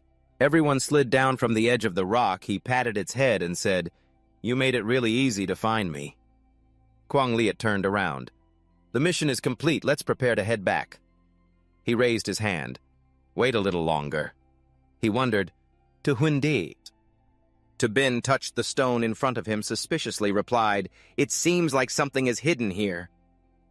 Ngok-kin approached the stone and activated the device. "Let me take a look." The analysis screen appeared before him. Unknown element content 91.214%, uranium content 0.002%, gold content 2.902%, silver content 1.123%, iron content 3.231%, nitrogen content 0.001%. Ngok-kin turned to tell everyone that no matching results were found among the known elements. "This is an unprecedented mineral." Kwang Liet replied, "Oh, I know." I noticed their surprised attitude and asked him, "Why are they not reacting?" Ngok-kin winked and explained, "Haha, I forgot, it's your first time in our pioneering team. If rare minerals can be discovered, then it will definitely be profitable, no doubt." He gestured with his hands. "But the pure water crevice can lead to the entire cosmic realm. The chances of encountering high-grade minerals are slim, like panning for gold in sand." Then Ngok-kin shrugged. "Such precious mining time, who would be willing to waste it? So basically, just report a little when we get back. The federal government will send someone else to take samples." Bin smiled slightly. Little Skull's enthusiasm for this mineral definitely indicated it was not ordinary. "Before this mineral slab reaches the government, isn't it all mine to enjoy?" The notification screen appeared. "Mission complete reward for the mission Golden Crow Demon." A Kuk Tuet approached and said to Tobin, "Boss, here is my business card." Kuk Tuet brushed her hair, smiling warmly, inviting, "If you're interested, I hope you can visit our academy. I want to introduce you to our principal." He took the business card and with a somewhat helpless expression said, "Thank you for your kind offer," but thought to himself, "Even after crossing over, I still can't overcome fate. I have to read books." Bin raised his hand to bid her farewell. "The more I see this, the more curious I am about the props given by the system." At the same time, he said to Kuk Tuet, I still have things to do. Let's talk in detail next time." She unexpectedly replied, "Wait a moment." Watching his figure disappear, she said decisively like that. Kuk Tuet sighed. "Maybe we should be more decisive. It would be better to invite him to Fungsun as a guide." The next morning, Bin yawned tiredly. Suddenly, a sharp eye stared at him. Lang Nguyen crossed her arms. Her angry face asked, "You're up this early? You didn't stay up all night, did you?" "Stayed up all night again." Bin tiredly walked past her, replying, "That's right. What a coincidence, you two." Lang Nguyen stuck out her tongue teasingly at him. "Who has a coincidence with you?" "My useless brother. I wake up early every morning to exercise." Bin ignored her, tiredly walking upstairs. "That's impressive. I'm proud of you." Hearing this, Lang Nguyen blushed, stamping her foot in frustration. "Yeah, who needs you to be proud?" Bin was now lying on the bed, his hand scrolling on the system screen. He pointed at a strange object, asking the system, "What is this Golden Crow Divine Demon Body?" The system explained, "The Golden Crow Divine Demon Body is the secret cultivation technique of the Golden Crow tribe. It turns out the Golden Crow is born from the blazing energy of the sun, already possessing the strength of mountains and rivers.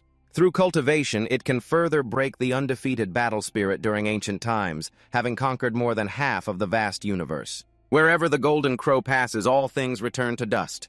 The descendants call it the Divine Demon." Bin jumped up, surprised. "Is it that powerful?" The system screen displayed a warning: "Cultivating the Golden Crow Divine Demon Body will continuously transform your body. The process is extremely slow, long, and arduous, and requires extremely high combat power along with a large amount of material support. In the end, you will no longer be human, but will become the Golden Crow Divine Demon ruling over the world." Bin anxiously looked at his hand. Will this body turn into a monster?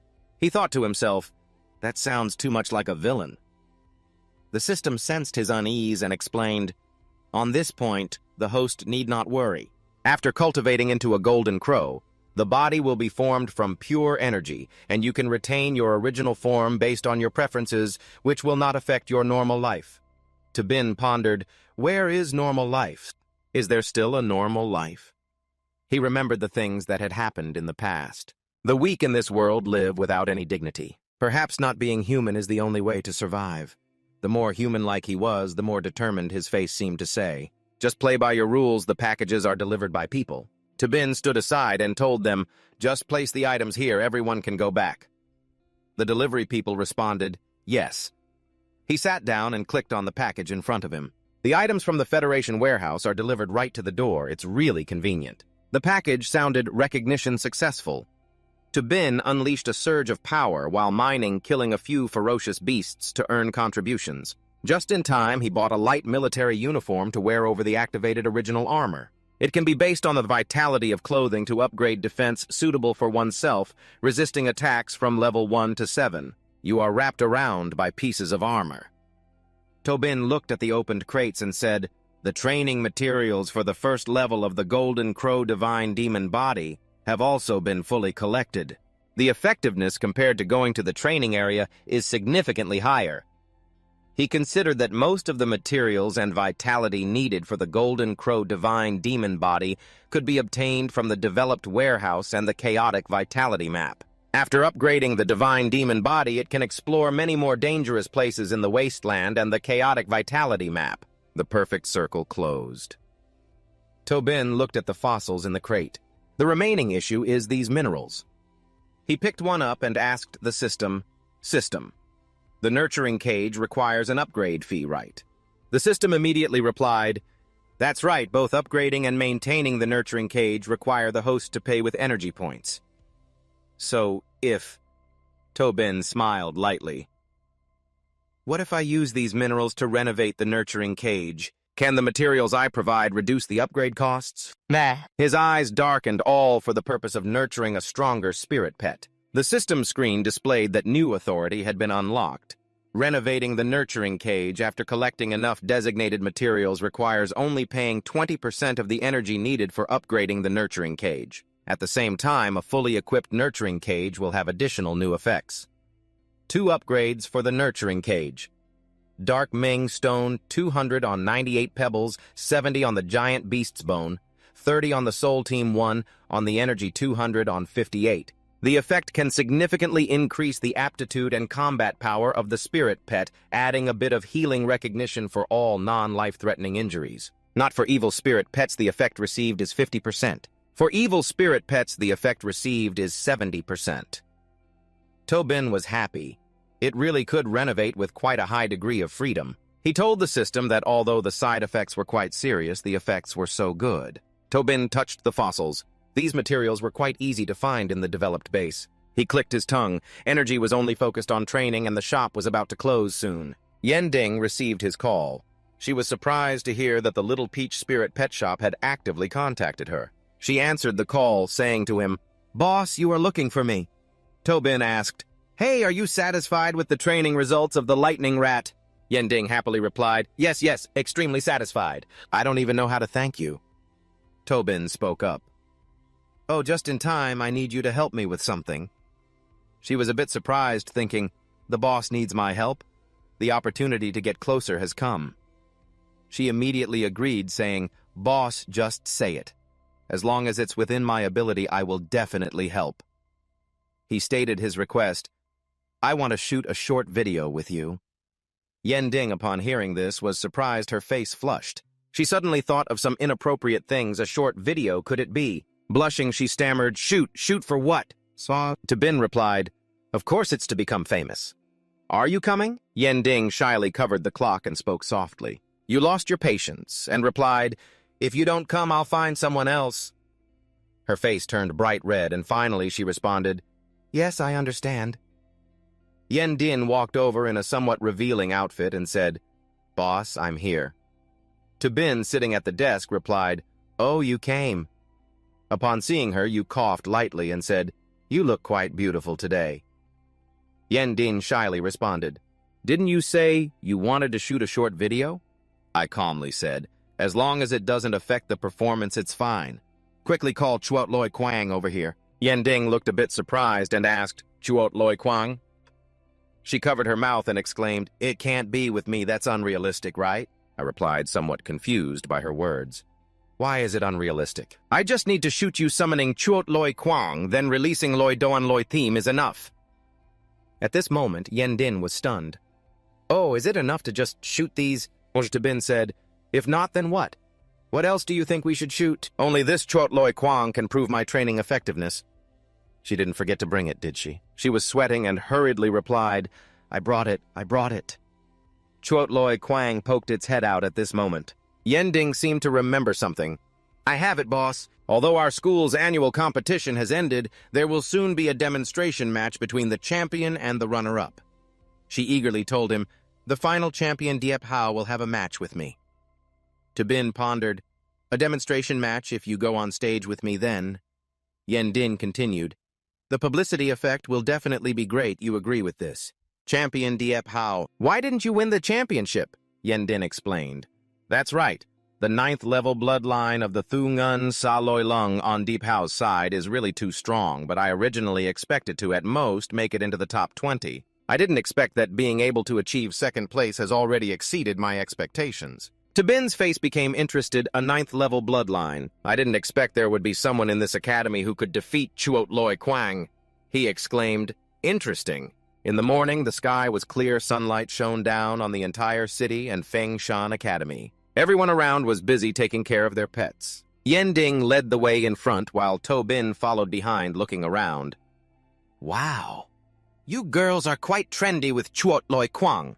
Yendin turned around, raised her right hand into a fist for the competition. Now Chot Loi Kwang has become the star pet, the shop owner. To asked before the competition started, "Do we need to hand out flyers?" Bin rolled his eyes and replied, "No, it's not necessary. These ordinary students keep Chot Loi Kwang just for the trend. Hope to turn the small into the big." Bin brushed past Yendin, closed her eyes, and said, "Even after the attractive trend passes, it will still be abandoned due to prices." She felt small upon hearing him say that, pointed at herself, and murmured, "That's true. I still haven't finished paying back the money I borrowed from Now. The two of them walked past a group of female students crowding around Diep Hao, who were asking and praising him. "Diep, then after graduation, will you join the Royal Falls team?" "Haha, what a silly question. I heard that the top team has already sent an invitation." "Wow, so admirable." Diep Hao didn't care at all, looking around while the compliments still echoed.